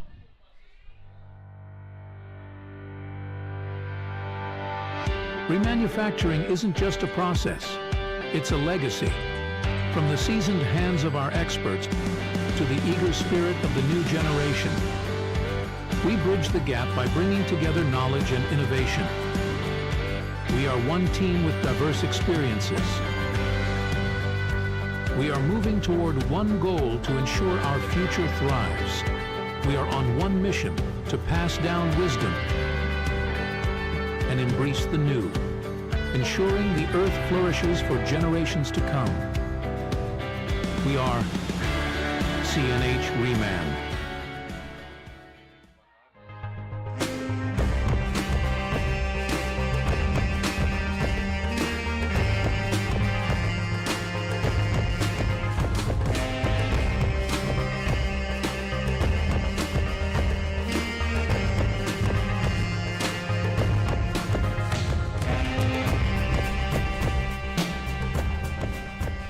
Business is about to pick up here. It's a Henry's Towing pitching change for the Moon City Mavericks. After one inning, Ray Bailey has been lifted, and here comes Moon City's first-round draft pick in 2025, Tyler Abma, and for good reason. 35 years old out of Drury University, originally from Miller. Tyler Abma in 2024 pitched 32 innings for the Branson Showmen, allowing 7 earned runs on 26 hits, struck out 44, that was second in the league in 2024, walked just 7, and had a 1.97 earned run average. You have to go all the way back to October 6th in the eliminator round of the playoffs to find the last time that Tyler Abma gave up an earned run. Through his career, Tyler Abma in 2023 threw the GRBL equivalent of a perfect game by retiring 15 batters in a row in his maximum allotted 5 innings. And also had the GRBL equivalent of a no-hitter back on August 20th, 2023. 5 no-hit innings. Both of those were against the Nixa Suckers. So Nixa, certainly not a big fan of Mr. Abma, but I know Moon City Mavericks fans are tickled pink that this guy is wearing powder blue here in 2025. So first batter to get a look at Tyler Abma in 2025 is Devin Phillips, and right away you see what Tyler Abma brings to the table. There's not anything noticeable in his delivery between the fastball and the slider, and it's just such a heavy baseball. I guarantee you Devin Phillips' hands are ringing right now. Breaking pitch high in the zone. Phillips watched an imaginary ball fly over the fence and then reacted in disgust. But that's what Tyler does. He just throws you off balance. The 0-2 got him looking. And he knew it. That was a good pitch. And he was looking. See, that's one of the philosophies in baseball is when you get up 0-2 on a hitter. A lot of coaches and, you hear fellow players, I'll waste a pitch, and never throw 3 strikes in a row. And I go, well, never say never, and never do never. You get up to 0-2 like that, he's looking off speed out the zone. You pepper a fastball low and away, you're going to have what just happened happen. Yep. You already got 1 out, and you only threw 3 pitches. Tyler Abma threw ball 1 to Chris Mesa down. That is 94 strikeouts in his GRBL career, by the way. So as he comes on in the 5th, I mean, I can't help but think, but maybe the idea is for him to just go ahead and finish out this game if he really gets it going. He's ahead, or behind here rather, 2-0. Familiar battery mate as well, Alex Bird behind the plate for Moon City here in 2025. He was the catcher for the Branson Showmen a season ago, and it was Abma and Bird were the battery for the final out of the 2024 championship game. So these guys know each other. Abma likes throwing to Bird. Well, and since Carp only threw 3. Yeah, and the Mavericks can absolutely use the 3+ designation on Abma if he's feeling good. That was probably England's plan from beginning. Certainly looks like it. They've got some options waiting in the wings, in the event that the wheels fall off, but I suspect England's going to let Tyler Abma just run. So he walked Chris Mesa, and now he faces Ryder Young. That ball is down, so after having immaculate command against Devin Phillips, Abma's starting to show some trouble locating all of a sudden. That's the way it happens sometimes. So throw over to first. Heads up stuff from Alex Bird. I can't tell you how many years in all my years of baseball I've seen pitchers strike a hitter out, walk the next, strike the next guy, walk the next, strike the next. It's like, why can't you put 3 in a row there together? Got to keep it interesting. Apparently. So Young swings and chops this one. Nope, it is called a foul ball. So where did that bounce? Maybe in the opposite batter's box. That's all I can figure. I don't know. It was blocked from our view. The plate I mean, all I saw was the umpire's backside, so I really can't tell you. He had a better look at it than I did. So 2 balls and a strike for Ryder. If we see the ump's front side, we must be doing something wrong. Something has gone awry. 3-1 now. So Ryder Young being patient. I like this kid's plate discipline. He's really had just good approaches so far. Small sample size, of course, but so far so good. I've been impressed. Abma threw a fastball, lower part of the zone at the cheese at the knees, if you will, for a Steerike. Well, and that's facing Abma before. That's one thing. He can work side to side, but he is better when he works more up and down. That is chopped into play. Bird with it. Thought about second. Instead, he's going to throw down to first base to get the out. Ryder Young and Chris Mesa hustling to make it to second base. So I think the middle infielders might have been confused, wondering if it was just a foul ball instead of reacting to the ball being hit and going to their spot. He could have had that throw down to 2, but he didn't do it. Guys were a little slow to react there. You're right. And that's what you got to be thinking ahead. Always got to be thinking ahead. No matter what, contact on the ball, this is where I'm going. So when there's contact, I'm en route. Mavericks are playing Ryan Cram to pull here, giving him a lot of room to work with on the right side as he swings and misses at a slider away. Careful with Cram. I mean, he does pull, but if you leave it out over the plate, he'll drive it the other way too, and that's what they would really like to have right now, is to hit one to right center. Oh, it's a wild pitch. Mesa's going to go for third. No problem there. That's a big train getting to third, so might make it interesting. Yes, if there's another pass ball going home. Abba might think twice about trying to catch a ball. What's Parkman say in Major League? You know, the don't train's stand on the track when the train's coming through. Here comes a 1-1 foul ball. A little bit of a scramble there, but umpire read that correctly all the way. Foul ball, not a passed ball. So, and Chris was showing no signs of leaving third base anyway. No, that's kind of the tough thing with our windows here. You can't hear the nick of the ball if it's a foul ball, like the ump can. So he immediately can see it and hear it down there. 1-2 pitch. Ooh, Abba wanted that one. Yes, he did. A little bit of salesmanship and a walk off the mound there, but he very quickly retreats back to the top of the hill. Deuces wild. 2 balls, 2 strikes, 2 outs. Abma and the Mavericks trying to go home here. Instead, Cram trickles this one to the shortstop. Welsh will have to hurry, not in time. And the Locos cut the lead 2-1. It is 2-1. Ryan Cram ran just fast enough to get aboard and score the head engineer. Now in this, they always, one of the rules, depending on how aggressive you want to be, you're always kind of taught growing up, you don't want to be the third out at third, right? Or any base per se. Well, nobody wants to be the third out, period, right? Yeah. However, I'm that guy. I'm Cram. Man, you're gonna have to really pick me off. You're gonna have to put that throw at second on a button. I'm stealing, because we have 2 outs. I can get to second scoring position.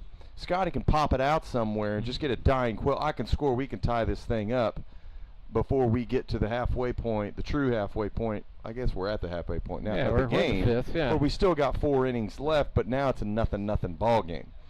And too many guys, we get to this situation, they'll take 2 steps off first, just stand there, and I'm sitting there like, where's the hunger? Y'all obviously didn't grow up watching Ricky. Yes, Ryan Cram did have a 4-step lead that time, and Tyler Abma made a check throw. Which I would be surprised if Abma makes 2 check throws in a row. So get off and take it. Ooh, good jammer inside. Good play. Wilson turned on it, but Kyle Carpenter was there making the scoop and getting the unassisted put out. So the Locos do plate 1. Could turn out to be a big one later. We'll see. Right now, 2-1 Mavericks. We head to the bottom of inning number 5, and it's right after this. I'm Cole Carpenter with the Bank of Missouri. The risk of losing your hard-earned money to scams is real, especially the scammers sending out fake communications. And that's why we're talking to our Director of Fraud Mitigation, Corey Gerstenschlager. He's got some good practices to help keep your money safe.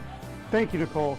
Yes, often we're seeing that people are being contacted by scammers through text message, phone calls, or emails, posing as legitimate companies or even your bank, trying to persuade you into providing sensitive information like passwords and things of that nature, sometimes even asking you to send them money.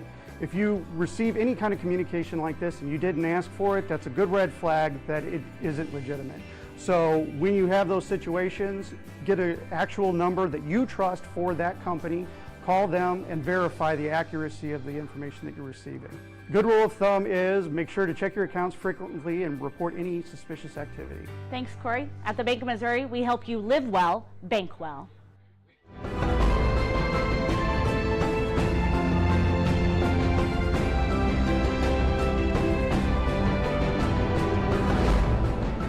Little scoring update on that question mark ground ball in the 3rd inning off the bat of Ryan Cram. It has officially been scored as a hit, so that makes Ryan Cram 2 for 2 on the day with 2 infield singles and a walk.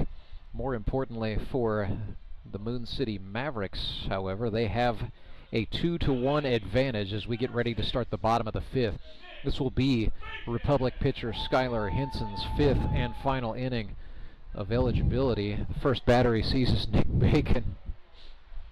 And some sort of comedy going on behind home plate there from Brian Hartgrave. Don't know if he was asking him if he's just checking to make sure he's okay, or telling the ump I shouldn't have swung at that, or what exactly. But when you look down there and you see their teeth because they're smiling, that's how you know, hey, this is what this league's all about. Go out here and have a good time. So 0-1 to Nick Bacon, make it 0-2. Let's see if Skyler does what Abman did. Hey, I got 2 strikes. I'm not going to waste one. I'm going to 3 strikes in a row. Woo. No, a little bit. That ball didn't break. No, yeah, that's exactly right. We talked about sometimes the slider just doesn't hook up for Skyler Henson, and that was it right there. But Bacon, he's not afraid to throw it inside. Yeah, send that one back. That's going to get over the net. Maybe just trying to make its way out the front gate there. So Nick's going to stay in the hunt. Hit 250 a season ago with the Mavericks. He was with the Ozark Mountain Ducks in 2023. Before that, it was back-to-back seasons with Moon City. So he has been a Mav for 4 of his last 5. Good pitch. Chased one there. Yeah, great stuff. The slider from Skyler Henson just too good for Bacon to lay off, and he goes down swinging to start the bottom of the 5th. And his slider is deceptive. I mean, make no mistake about it. You have to be, to hit his slider effectively, you have to be, A, number 1, sitting on it, and B, you have to kind of have it made up in your mind. It's either going to be inside or outside, and this is the one I'm swinging at. So here is Tyler Abma. First plate appearance of the day is a ground ball to the second baseman. That's going to be handled by C.J. Andrews for the out. I'm going to talk to the commissioner. I think Abman and Carp, you know, they might need to see a little 50-cent fine or something for not running it all the way through on their hits here. Well, I'm sure Daniel England's a pretty no-nonsense baseball traditionalist. He'll have something to say in the debriefing. Matthew Kellerstrass slaps one the other way. Oh, great job by Andrews to get to the baseball and stab it out of the air. Tried the old spinneroo, dipsy-doo, dunkaroo, but didn't get the ball there in time. Look, I mean, that's an NAIA track and field athlete. You're not going to get him. You're lucky to get him out on a ground ball hit right to you where you have time to square up and make the throw. Right. Well, let alone spinning around. But even then, just enough kudos for his athleticism to get over there and stop that ball from going any further into right field. I mean, he wouldn't have obviously gotten a double out of it or anything because Colton was coming in. Colton better go back on this one. Yeah, this is way back into right center field, and that will get down. It is beyond the reach of the center fielder, so the Mavericks are going to plate another run. It is now 3-1. Thomas Brand absolutely hammers an RBI double into right center field. It should be an RBI triple, but I'm not judging. Hey, it's warm out there, Clay. Man, I tell you what, you only get so many at bats a game. You only get so many at bats a year. You put one into orbit like that. First thought, 3. Let's go. Let's press. So here is Brady Welsh as the Mavericks lead now back out to 2 runs. And I can say that because if I'm 39 and 40 when I play, and I was hitting triples on shorter balls than that, then come on now, you got to give me something. Welsh working the stratosphere. Colton Simons running in. Makes the adjustment and the catch on the run to get out number 3. So the Mavericks do some more damage. An RBI double off the bat of Thomas Brand plates Matthew Kellerstrass. Mavericks have now scored in each of the last 3 innings. We head to the 6th, 3-1. Moon City leads Republic. Now I have all my HVAC has been upgraded. Everything's working smoothly. You know, again, that's why I use All Clear. I'm Bruce Porter. I own a company here in town called the Resource Center. We do insurance and financial stuff. So I'm not a plumber. We're busy. We have a really good staff. Just like Garen and his team, you know, we try to make a difference in the world. The last thing I want to do is be having to close my business because my plumbing doesn't work. When you use other companies, sometimes you'll get an accurate quote, and sometimes they'll have to come out more than once. And then it seems like you're always paying for this, that, or the other. So when you have somebody you can trust that's going to take care of your units or fix your plumbing when it's down, that's why I use them, because I can call them and they'll fix it. And I never have to worry about pricing. I never have to worry about what if I need them to come back. They've always been willing to come right back out and make sure it's right. We called All Clear. I'm glad we did. Hi, this is Branson Showman manager Jacob Karlson. Watch me run it back on baseball night in the Ozarks tonight at 6. Showtime.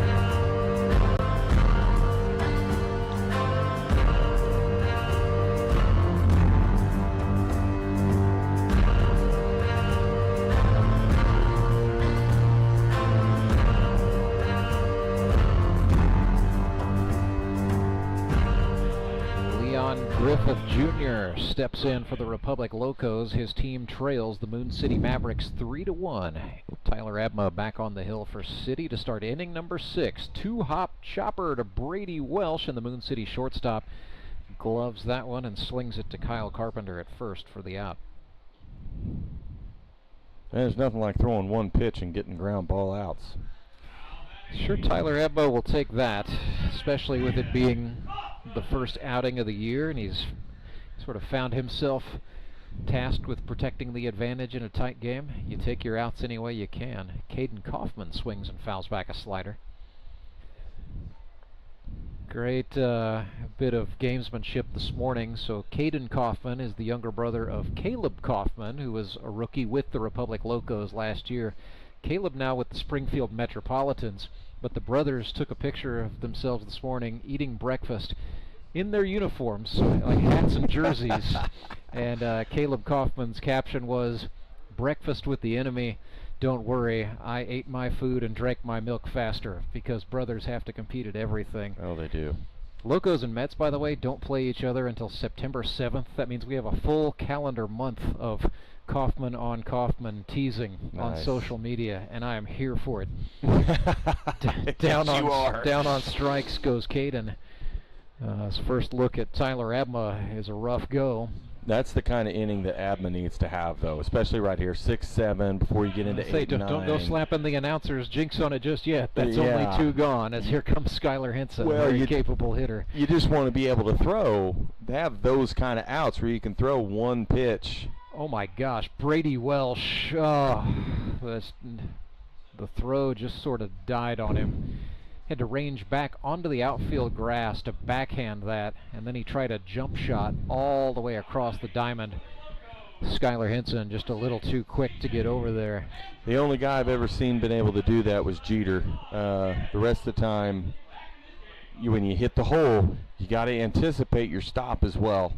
And the rear foot plant is so important to be able to plant that rear foot and sling a rocket over to first. And that was a close play, but Abma still has a chance to just have kind of a quick short work inning.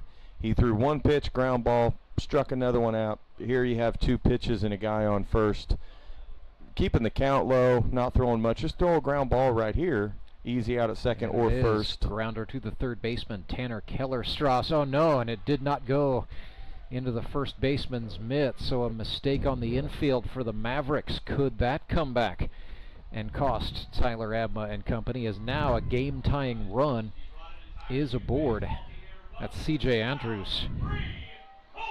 But definitely go an E3 there.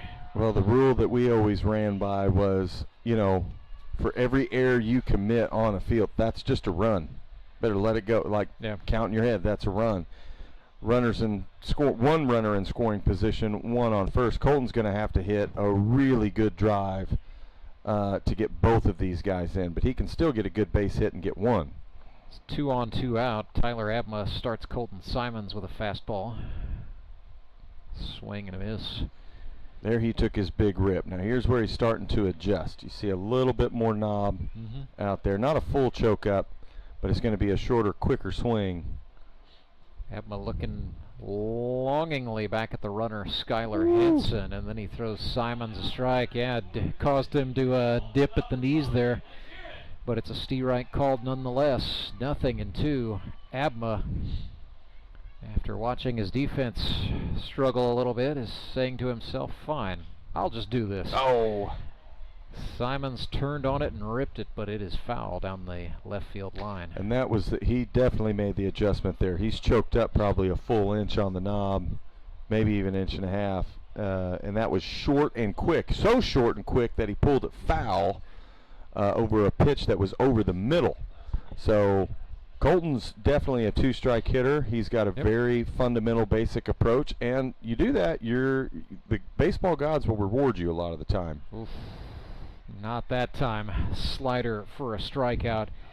Tyler Abma gets a punchy for his third strikeout of the day. Locos threaten but come up empty-handed, and so the score remains Moon City 3, Republic 1. Back with more right after this. The Fuel Forward app is a go. Fuel Forward provides quick and secure payments and everyday savings on fuel at your local Rapid Roberts to keep you moving forward. Download today and save up to 20 cents per gallon on your first fill-up. Then save 5 cents per gallon every fill-up after that. Driving just got a whole lot better thanks to the Fuel Forward app at your local Rapid Roberts.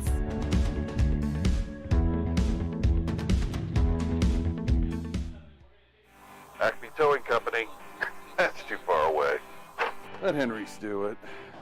Nah, we're ready to close. Let Henry's do it. Henry's is ready to take your call right now. From compacts to semis, Henry is here to help 24/7. Save yourself the hassle and make us your first call. Henry's gets there fast, offering multiple locations to serve the Ozarks. When you're stuck on the side of the road, make the right call. Let Henry do it. Hi, this is 2024 MVP Courtney Spitz. Watch me on Baseball Night in the Ozarks tonight at 6. Go Fish.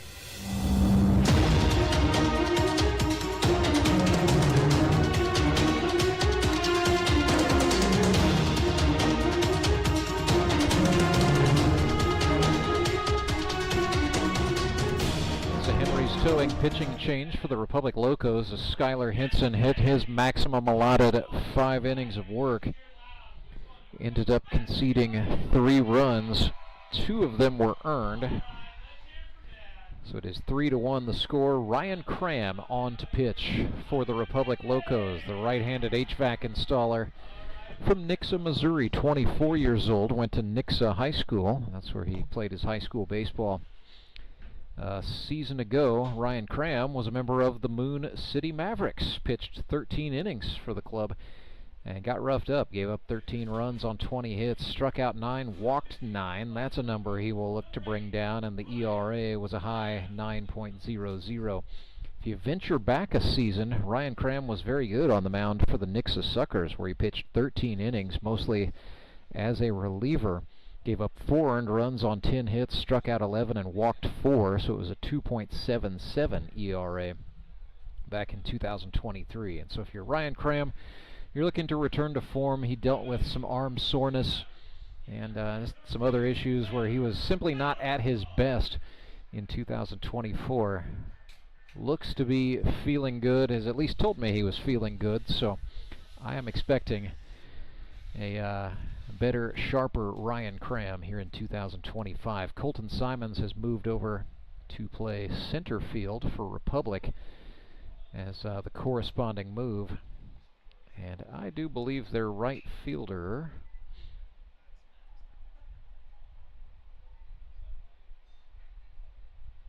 is Caden Morrow, rookie out of Hillcrest High School in Springfield, Missouri. What about Cram? He's not afraid to just let it go. He's not afraid to just barrel the fastballs at you. He's got a good two-seam and slider ball movement.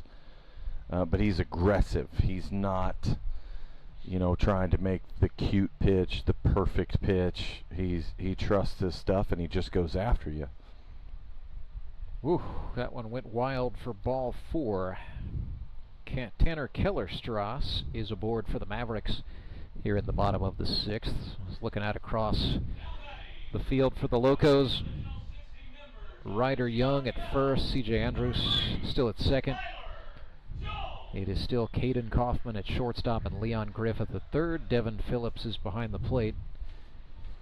And they've got a different left fielder in there as well.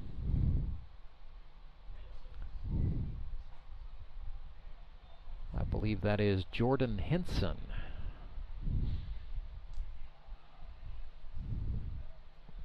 This might be Skyler Henson. Not sure. Go ahead, Clay. No, this is where he doesn't want to overthrow. Or he has a tendency because, and a lot of pitchers do, when you know you can throw hard, when you know you can, put some zip and pop on your ball, guys tend to, Yeah, a little check throw got away from the first baseman Ryder Young, but not in a spot where Tanner Kellerstrass was going to hop up and think about doing anything with it, so he's going to stay put. But his biggest thing, he just needs to stay within himself right now and pitch. Don't worry about trying to overthrow and just blow it by everybody, which if you have that quality, that's great, but there's always going to be hitters who are going to time your stuff up. So pay attention to the game, pay attention to the weaknesses of each hitter, and try to attack those zones. Tyler Jones worked ahead in the count 3-0, make it 4-0. He's aboard, so shaky start here for Ryan Cram. We saw that happen back in the 4th to Moon City's Ray Bailey, and then he settled down and got 3 outs. So Leon Griffith, the third baseman, going over to chat real briefly with Cram. I think this is just a, hey man, settle in, we've got your back. You don't have to worry about striking out every batter. Just let us go to work behind you. Here's Evan Barnett. It's a pinch hitter for Moon City. Thing is, your defense has to be able to prove that. That is true. When you're a pitcher and you're coming into relief and you've got a defense that's 50-50 or 75-25 or just god-awful, it's like, hey man, we got your back. And I've had that happen to me in my day. My dad said, your biggest curse in your career was you never had a defense behind you. And I said, yeah, I'd have guys come up and go, dude, we got you. Like, we're going to back you up. And then they did. About four errors later, it's like, well, no, apparently you're not. So this is where the important thing is to come in, throw strikes. You're walking guys, you're putting more pressure on your defense and pressure in yourself. So just stay within yourself, trust your pitches. You're either going to find the zone or you're not. Well, he was up 1-2 there, and then a pitch gets away from Devin Phillips. Count's going to be even 2-2 to Barnett, but the runners do advance, so now it's 2 men in scoring position for the Mavericks. And that's even more frustrating. And, you know, catchers aren't perfect. They don't walk on water. They squat on dirt. And when a ball gets by, it's just a momentum. It's a confidence killer for a pitcher, because now you become even more afraid of, can I throw these pitches? Can I do whatever? And that's like we were talking about earlier. Behind every good pitcher is a great catcher. So just throw strikes, stay within yourself. That 2-2 is lifted. It's just barely going to leave the infield, but C.J. Andrews is going to handle that no problem, and the runners are going to stay put as well. Smart job by C.J. Made the catch, and then he was immediately looking up to see what the lead runner, Keller Strauss, was doing there. That's just fundamentally good stuff. Absolutely. Yeah, just run it on in, immediately get it back to your pitcher, and hey, we got one. Now we don't have a runner on first, so we still got to take it one out at a time. We can't hope for a double play here. Yep. But this is where, okay, one hitter at a time, one pitch at a time, execute your pitches, get a ground ball. Alex Bird swung at the first pitch, and I suspected we might see a little aggression out of him after he had that RBI single last time up back in the 4th inning. But now the Birdman is going to have to settle in against Ryan Cram. 0-1. 1 out and 2 runners on.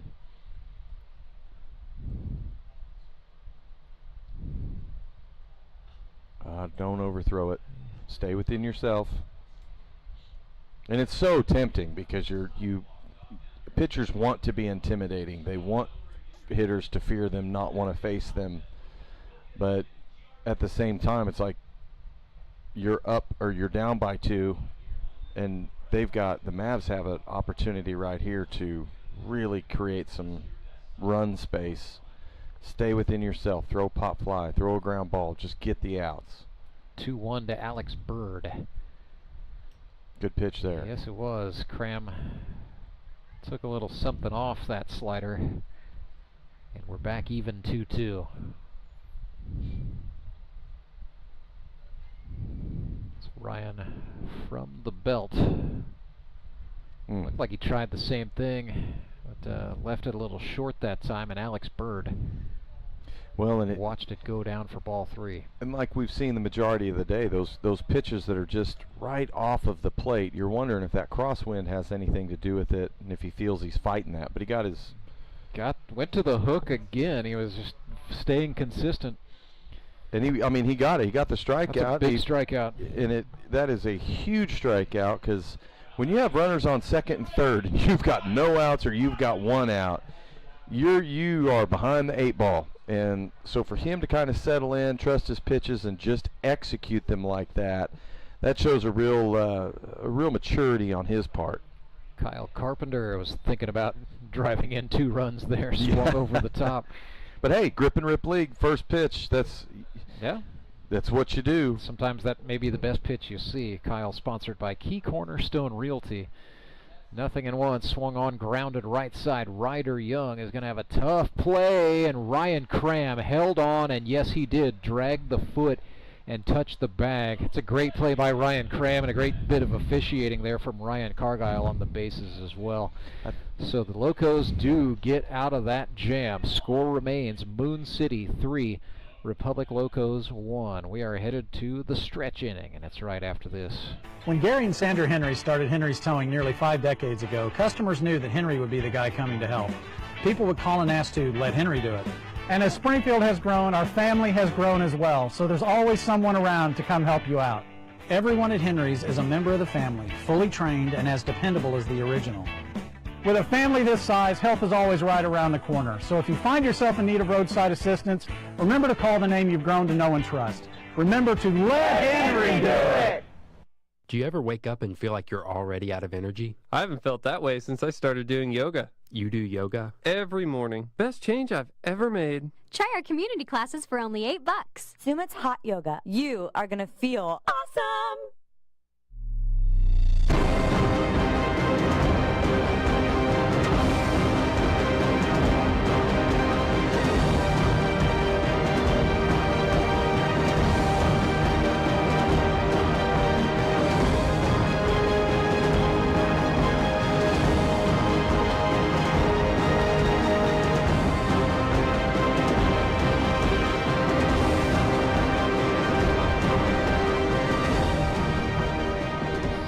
Grip and Rip Baseball League, brought to you live and free on YouTube all season long. Huge thanks to our sponsor, the Bank of Missouri, for sponsoring our streaming coverage. Also have to say a tremendous thank you to the league sponsors. Henry's Towing, of course, has been with the Grip and Rip Baseball League for a long time. When you're on a jam, when you're stuck on the side of the road, you got to make the right call. You got to let Henry do it.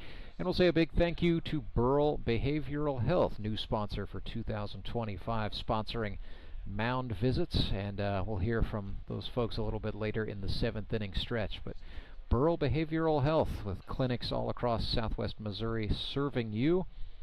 Check them out at burlcenter.com. So Tyler Abma throwing to Alex Bird here, who was on the base path, so it took him a minute to get his gear on. A little bit of a yes, the clock has expired, but no penalties for the 2-minute 30-second clock being instituted in the GRBL. This is week 1, so everybody sort of gets a free pass this time by. But we do have a time clock now. Right now, just between the innings, no pitch clock, but some efforts being made to speed up gameplay, make the experience just a little bit tighter, a little bit faster for the players and for our spectators as well. Batter is Devin Phillips, father of 7, an electrician and a veteran of the United States Army from Willard, Missouri. Swung on and missed at a Tyler Abma slider to start the party here. Devin, for his career, 24 hits, 12 RBIs. Youngest Phillips kid, I believe, is closing in on 3 years of age now. But they bring a brood. They have a full-size van, and you'll see kids in there. They usually wear their Phillips jerseys. Okay. He is the player who comes with his own cheering section, but they love some GRBL game days. We have an umpire behind the plate get a little too hot. He's calling him from behind the pitcher's mound. Now our field umpire, I hope he's okay. I didn't see anybody go down. I hadn't heard anything. But yeah, we're down to 1 official here. It shows you how hot it's getting out there. Certainly hope the best for Brian Hartgrave. But yeah, you're right, Clay. Good observation. Ryan Cargyle now calling balls and strikes and everything in the field. Tyler Abma now has 4 strikeouts. He has 97 in his GRBL career. So we're watching that number.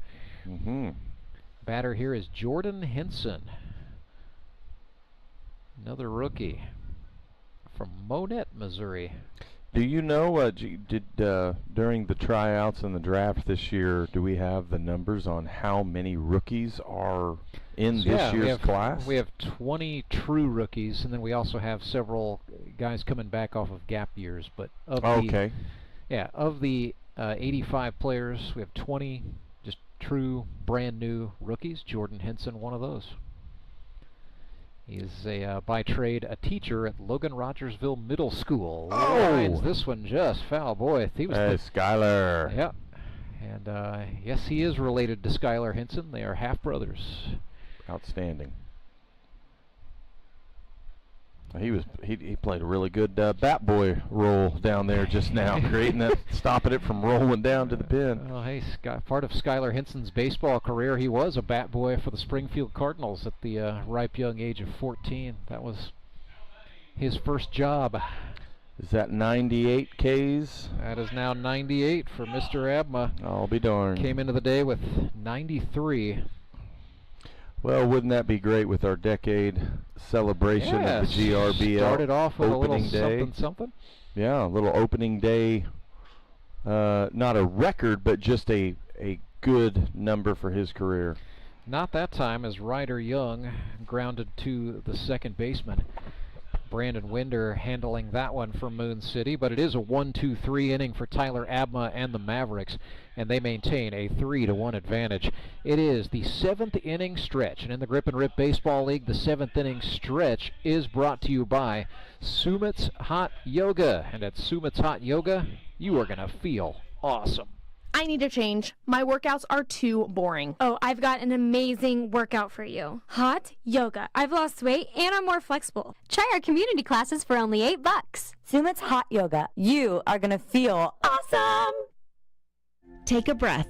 Here's your Be Well moment with Burl Behavioral Health. In a world that requires us to be in constant motion, we can focus on moving our bodies in ways that restore us instead of deplete us. Let's listen to our bodies and briefly stretch in ways that fit what we need. Take a deep inhale and a long exhale out as you gently stretch your neck, your shoulders, or your arms.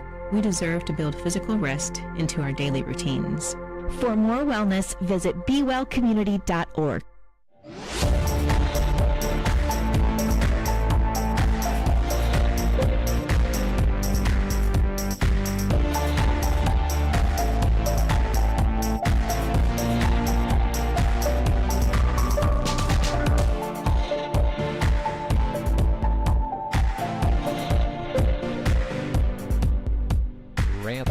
Clay Odell back with you live at Mark Worley Field at Meadow Park, home of the Grip and Rip Baseball League throughout the 2025 season. And this YouTube channel is the place to be. As I always like to say, if you can't be here, be here. You can watch all of the GRBL games live as they happen all throughout the fall. AJ Musser comes up to bat. Also, all of these live streams are archived, so you can go back, you can be like your favorite GRBL All-Stars. Go back and watch the game again and again, relive your favorite moments, or just dive back deep into the catalog and introduce yourself to Grip and Rip Baseball by reliving some of the important games and a decade of history. AJ Musser, 1-1 here against Ryan Cram. AJ originally from Indiana. He is out of Southwest Baptist University in Bolivar, Missouri. That one is lifted into a tricky spot in the outfield, and that's down. Base hit for AJ. A little Texas leaguer. Gets the Mavericks started here in the bottom of the 7th. I don't know how to feel about that one. That was kind of no man's land. I mean, they were all, by the time the ball hit the ground, within one stride of it, and couldn't hear truly if someone's calling for it or taking charge over it. But when you get the Bermuda Triangle area and no man's land, center fielder just has to take control and holler everybody off, and even if he's got to dive, you got to make sure that ball gets caught. Well, as Millie said in Bull Durham, good job, boys, hit them where they ain't, and that's what AJ Musser did that time. Yep. He did well, it has to be said. He's on for Tyler Abma, who's batting in the number 10 spot. I mean, he obviously notified air traffic control. The ball was definitely lifted, but yeah, just none of the Locos could agree on who was going to get there and who was going to make the play. 1-1 to Tyler Abma results in a 2-1 as Ryan Cram missed outside. Another outside miss makes it 3-1. He's kind of crossing over his body as opposed to going straight to. He's trying.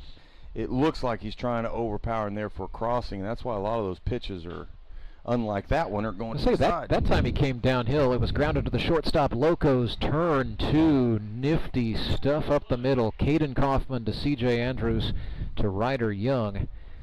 And the Locos get a double play. Now that's backing up your pitcher right there. I mean, easy ground ball, kind of quasi up the middle. Sometimes it hits that mound and bounces back instead of just straight up the middle. And he was approaching in, kind of had an easy side throw, but they got the double A. Really, the challenge there for Kaufman and Andrews, I thought, was just not to tangle up with each other. It's just the position that ball was hit, and then in the split-second decision that they made, there was a little bit of a ballroom dance style twirl at the end for style. Right, and a lot of times when a shortstop comes in and they field the ball on the grass, they just go ahead and kind of count the runner at second base as a lost cause, and they just get the out at first. He actually said, no, I think we can still get this, and it was quick, caused a little bit of a tie-up with feet there, but that's the goal, get the lead out. And it's okay to sacrifice a double play in order to get the lead out. You just have to have the ability and the knowledge, the truth, like, hey, we can get this lead out. Just get him. Be 1-1 to Matthew Kellerstrass, who took a daddy hack at that pitch from Ryan Cram, didn't he? Yeah, he did. Cram came back with a slider on the outer half that Kellerstrass grounded foul off the front of the Locos dugout. Well, and you see his hands positioned. It's the real kind of up and out, so he can just get his hands straight to the ball. His hands aren't too far up, back behind his head, low back behind his shoulder. He's not exaggerated like Judge. Like when you see Judge, you see how his hands are there, and then he loads them back. He still has his out and away. Another big cut, down on strikes goes Matthew Kellerstrass. That's a big punctuator if you're Ryan Cram. And we head to inning number 8. It is the Moon City Mavericks 3, Republic Locos 1. Back with more of the Grip and Rip Baseball League in a moment. I'm Kyle Carpenter with the Bank of Missouri. Whether you're looking to pay bills or make a big purchase, sometimes you need cash quickly to take that next step. A consumer loan might be a perfect option to help you live well, bank well. Sonia McClendon, one of our branch managers, is here to explain. Thank you, Nicole. We provide personal consumer loans for almost any purpose, from building your credit to financing that new car. We offer competitive rates, and decisions are made locally so we can get you the money that you need quickly. But what makes our consumer loans unique is that personal touch. For example, I recently worked with a customer to secure a loan for a horse trailer. He could have went elsewhere, but he chose to work with his bank because of that personal relationship that we've built with him. Being able to work with your personal banker that you know and trust makes a big difference. That's right, because we work with our customers to help them live well, bank well. Get started at bankofmissouri.com.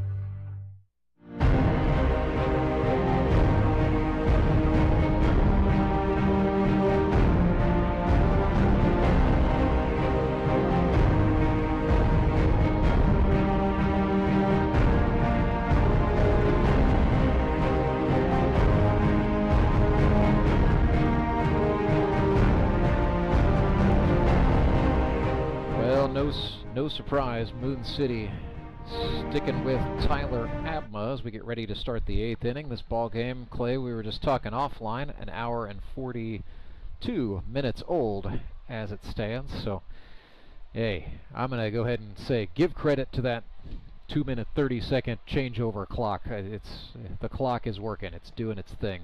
On any other game, I would be like, really? It's baseball. We're supposed to be out here all day taking our leisurely time, but the fact we run 3 games in one day. And the heat index is at 102. Yeah. Get on, get off. Let's get everybody on with their lives here. 100%. So here's Ryan Cram as the Locos start the 8th inning at the top of their batting order. Ryan 2 for 2 today officially with an RBI and a walk. Having a good day. Just Locos are on the wrong side of the score right now, trailing 3-1. Tyler Abma started him off with an unimpressive wild one short in the dirt. Comes back with the heater for a called Steve Reich. And yeah, we are continuing to operate without a plate umpire. I suspect that's going to be the story for the rest of the game, as it is just a one-man show. Ryan Cargyle. Makes you wonder, you know, if everybody's going to be okay, if it's going to be just this is how it's going to be the next 2 games. Well, we're supposed to get a new umpire eventually for the 6:30. We'll see if that happens. Yes, indeed. Ryan Cram is now 3 for 3. He is having himself a day. If the Locos end up losing this ball game, it will not be on account of Ryan Cram's efforts. So he is on. Tying run comes to the plate. Caden Morrow pinch hitting in the 2 spot. So Morrow, a rookie from Springfield, Missouri, went to Hillcrest High School, where his assistant coach, none other than Republic Locos manager Chris Mesa. So that's how that connection works. But Caden Morrow now lives in Marshfield, Missouri, where he is a sewer construction foreman, 24 years old. Breaking pitch, swung on and fouled. Go get your foul balls, kiddos. That one may be at the apartment complex on the other side of the parking lot. That had some carry into the wind. So quickly, 0-2. Tyler Abma comes set from just above the belt, brought home the slider for ball 1. And then Alex Bird had a look at Ryan Cram down there at first. Yeah, that's a nice little check, but you're going to have... Cram is quick. Yeah. He's got the speed, and that's where I sit right here going, buddy, be taking second, man. Be taking it. Another foul ball. Looked like it was in the same spot, so he's been fouling it back and to the first base side has Morrow. Another 1-2 coming up here. Nope. Make it a check throw. And Tyler Abma was not trying to throw off a good pickoff move there. That's just more telling Ryan Cram, I know you're over there. Mm-hmm. Came home with a breaking pitch, but hung it in, and now the count's back even. So Caden Morrow battling back, trying to see the strike zone. Ball, yes sir, the 99th in the career of Tyler Abma. So a little shot at history for him, assuming he is going to be relied upon to go the distance in this ball game. First opportunity for number 100 is Leon Griffith Jr., a rookie in his first GRBL game. Breaking pitch is a slider for a called strike, 0-1. So Tyler Abma from Miller, Missouri, was a single game record holder at the high school level for all of Missouri for single game strikeouts. Had 21 of them in a 7-inning game. I don't know if he just didn't get a great jump on that one or whatever, but at least he took it. But, yeah. I was a little worried that might get a ball player or two ruffled up with the ump there, because I think Short thought he had him on the legs before he touched the bag, but safe was the call. So Ryan Cram credited with a stolen base, and now time is called, and Tyler Abma wants to talk to Alex Bird. See, there you go. You start stealing bases like that, and you only got 0 or 1 outs. Oh man, now we got to talk about our approach. You get into your pitcher's dome a little bit, and he can make a mistake and not locate that next pitch, and that can turn into a run real quick and in a hurry. You like that if you're Leon Griffith, because you know Tyler Abma's using up a little bit of brain power. It'll be 0-2 with 1 out. Runner on second is Cram for the Locos. Abma's pitch swung on, fouled back. We'll set him up and do it again. Bank of Missouri foul balls starting to fly fast and furious here in the 8th inning. Well, I always get nervous. I love seeing kids go run to get the foul ball, to get their 50 cents and all that. But when I see kids running on concrete and they're running in Crocs or flip-flops, I'm going, oh no, please, please, please don't fall. Shuffle steps, right? Don't engage in the full-on sprint. So we'll do another 0-2. Tyler Abma trying to join the Century Club. Sets up from the belt. Winds and fires. Misses outside. 1-2 to Griffith, who did well to lay off there. One of those just needs to stay within himself. He's been in positions like this many a times. He knows what to do. Just execute your pitches. Abma sets again. Looks back at the runner, now comes home. It's a slider, swung on and lifted. That's going to tail up foul and out of play. So the battle intensifying. Leon Griffith is not going quietly. It's all right. This is what I love to see is, okay, you got 2 strikes. You've got a guy in scoring position. You're still up by 2. So it's execute your pitches, but it's not about strikeouts. He's obviously popped it up, fouled it off. You could probably get yourself an easy fly ball in the infield or outfield that isn't going to cost you a run. Abma deals, swung on. This is lifted, Fouls another. foul, and up out of play. Leon Griffith, now that is 4 foul balls in this plate appearance.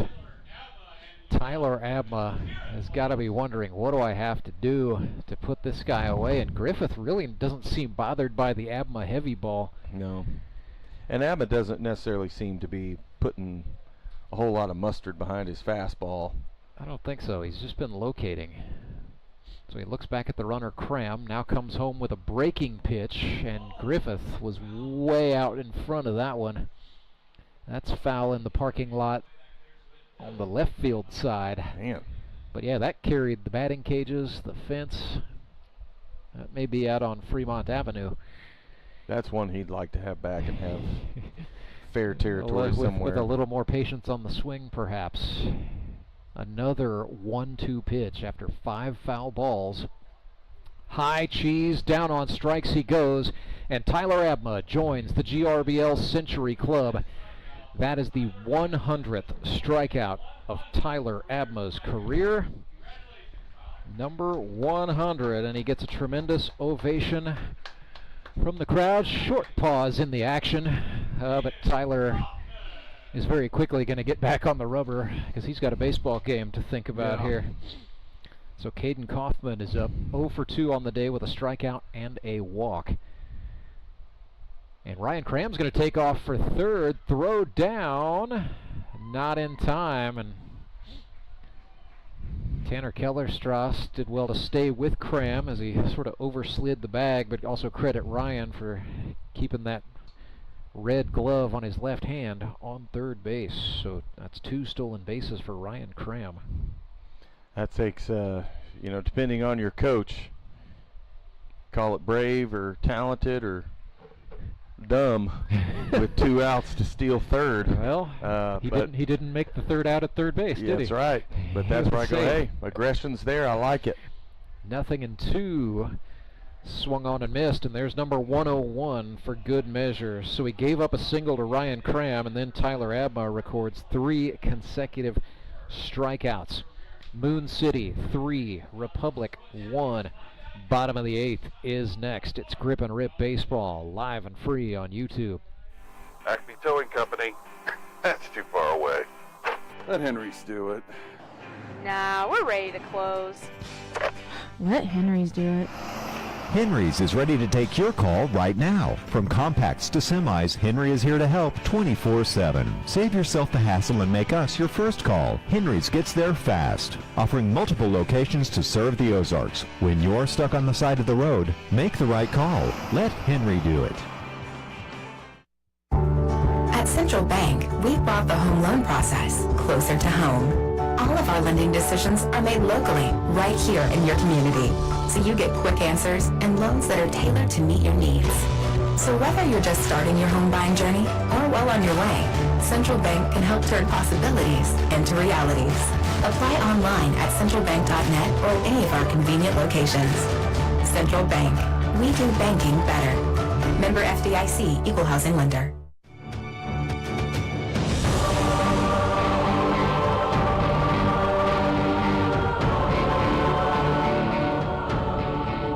Henry's Towing pitching change for the Republic Locos, and not a real surprise there. I knew this one was on the docket at some time and point, and we will see it here in the bottom of the 8th. Scott Wilson, the left-hander out of Neosho, Missouri, comes to the pitcher's mound. Scott from Neosho went to Crowder College, now resides in Miller, Missouri, where he runs a large commercial beef cattle farming operation.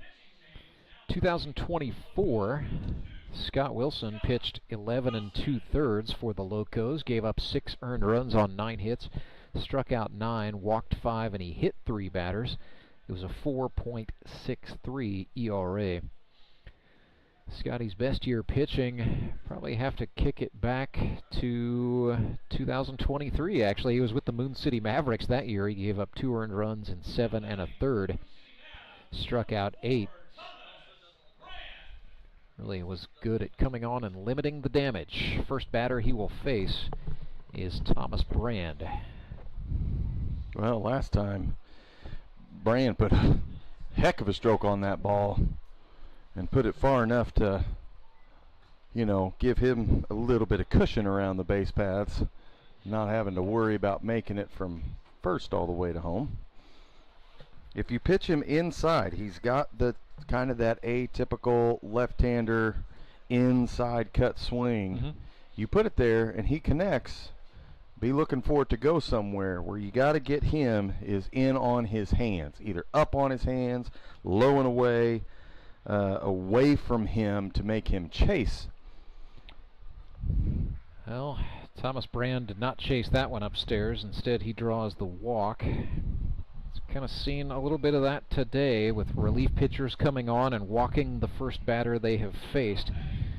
That happened to Ray Bailey, it happened to Ryan Cram, and now it's happening to Scott Wilson. Doesn't get easier for him as his reward is to face Brady Welsh. 0 for 3 today, but perhaps a little bit due. Scott Wilson ran that one. Yes, it did catch the inner half. And maybe Wilson was just being careful against Brand, you know, lefty against lefty. Tends to be a little bit more comfortable against right-handers. Works from the third base side of the pitching rubber as Welsh grounds that one foul right back to his manager Dan England in the third base coach's box. So Brady behind here, 0-2. Nobody out and a runner on. Moon City nursing a 3-1 lead over the Republic Locos. Oh, good hit. Yes, indeed. An inside-out swing goes into right field, dropped down. Not a lot Colton Simons could have done about that, and you know, credit him for knowing he was not going to make a diving catch. He's played enough of that outfield to know that if you can't make that ball in, you better, and you saw him pull up and then step back because he was anticipating that bounce from the turf. He's played enough out there to know when it bounces, it's going to go every bit of 6-7 feet in the air, so you got to anticipate that. So he did. It was good to get it back in, holding the runners to one base at a piece. That way they just don't blow it wide open right here. At least hopefully. They still only have 0 outs with a man on first Nobody and second. Out. But 2 men on for the Mavs, and Tanner Kellerstrass is the batter. Breaking pitch from Scott Wilson misses high, and it's 1-1. So Tanner, sponsored by Martino Training Systems. He is a personal trainer by trade. Definitely passes the eye test for that. Looks like he's lifted a weight or two in his time. Looks like he eats dumbbells for breakfast. Yeah, probably has enjoyed a protein shake or two. 30 for 91 at the college level at Oklahoma Wesleyan. 5 doubles, 25 RBIs. That's the stat that jumps to me. 25 ribbies in 30 hits. 6 homers, walked 16 times, struck out 30. So he had a .330 average and a .439 on-base percentage at NAIA Oklahoma Wesleyan. Oklahoma hitters. They were the ones I hated the most. I never minded going to Kansas, Arkansas, staying in Missouri, even down in Texas. But there was just a reputation. Yeah. When you go to Oklahoma, the boys can hit. Well, in Bartlesville, which is where Oklahoma Wesleyan is, sort of on the edge of green country. It's really where the hills begin to stop and the plains begin. So I would venture to say Tanner Kellerstrass has definitely played in a crosswind before. Oh, 100%. As he swings and fouls this one off. Ryder Young in foul territory and does a nice job hauling that in for the catch. Ryder just a couple of steps shy of that dugout screen, but looked down, knew where he was at, looked back up and found the baseball, hauled that in and made the catch for the easy out. That's a big out, but the task does not get easier for Scott Wilson and the Locos as Tyler Jones comes up. He is 0 for 2 today with a walk, but TJ, part of the GRBL's 50-hit club, 57 in his career. He was 8 for 26 a season ago with the Mountain Ducks. His best season was with Moon City in 2021, where he went 14 for 33 and had a .500 on-base percentage. Grounds this one up the middle. That's going to get through. Hit number 58 in the career of Tyler Jones. It's a big one. Brand is coming home, but how about that throw right on the button? That's what you're looking for. Ryan Cram. got out the scope, sighted in the rifle, and kept a run off the board. Well, and that right there, like, obviously Coach England is, hey, we got to put the pressure on them. Let's put the pressure on them, make them make the plays. But that right there, your center fielder's coming in. All the momentum's in his favor. And he's not going side to side. He's coming straight forward. And you're playing the odds now, just the crosswind. Yep. Well, you just had the guy pitching for innings, so he knows he's going to have that a little bit dialed in. And that throw was high, but it was still a good throw right on the button above the plate where it needed to be. Good enough for Devin Phillips to haul that in and still have time to apply the tag. And yeah, Ryan Cram, I mean, similar situation. We saw him, like you said, miss wide earlier in the day, but learned his lesson, was not going to miss twice. Batter is Evan Barnett. A 2-0 pitch swung on. Homer in an elevator shaft. Locos, a little bit of a debate as to whose ball that was. It turned out it was Scott Wilson's ball, so the pitcher hauls that in. Makes the catch to get the out. So big inning there for Republic. They keep a run off the board, and they keep the score 3-1 in Moon City's favor. As we get ready for the 9th inning, Clay and I are back right after this. Acme Towing Company. That's too far away. Let Henry's do it. Nah, we're ready to close. Let Henry's do it. Henry's is ready to take your call right now. From compacts to semis, Henry is here to help.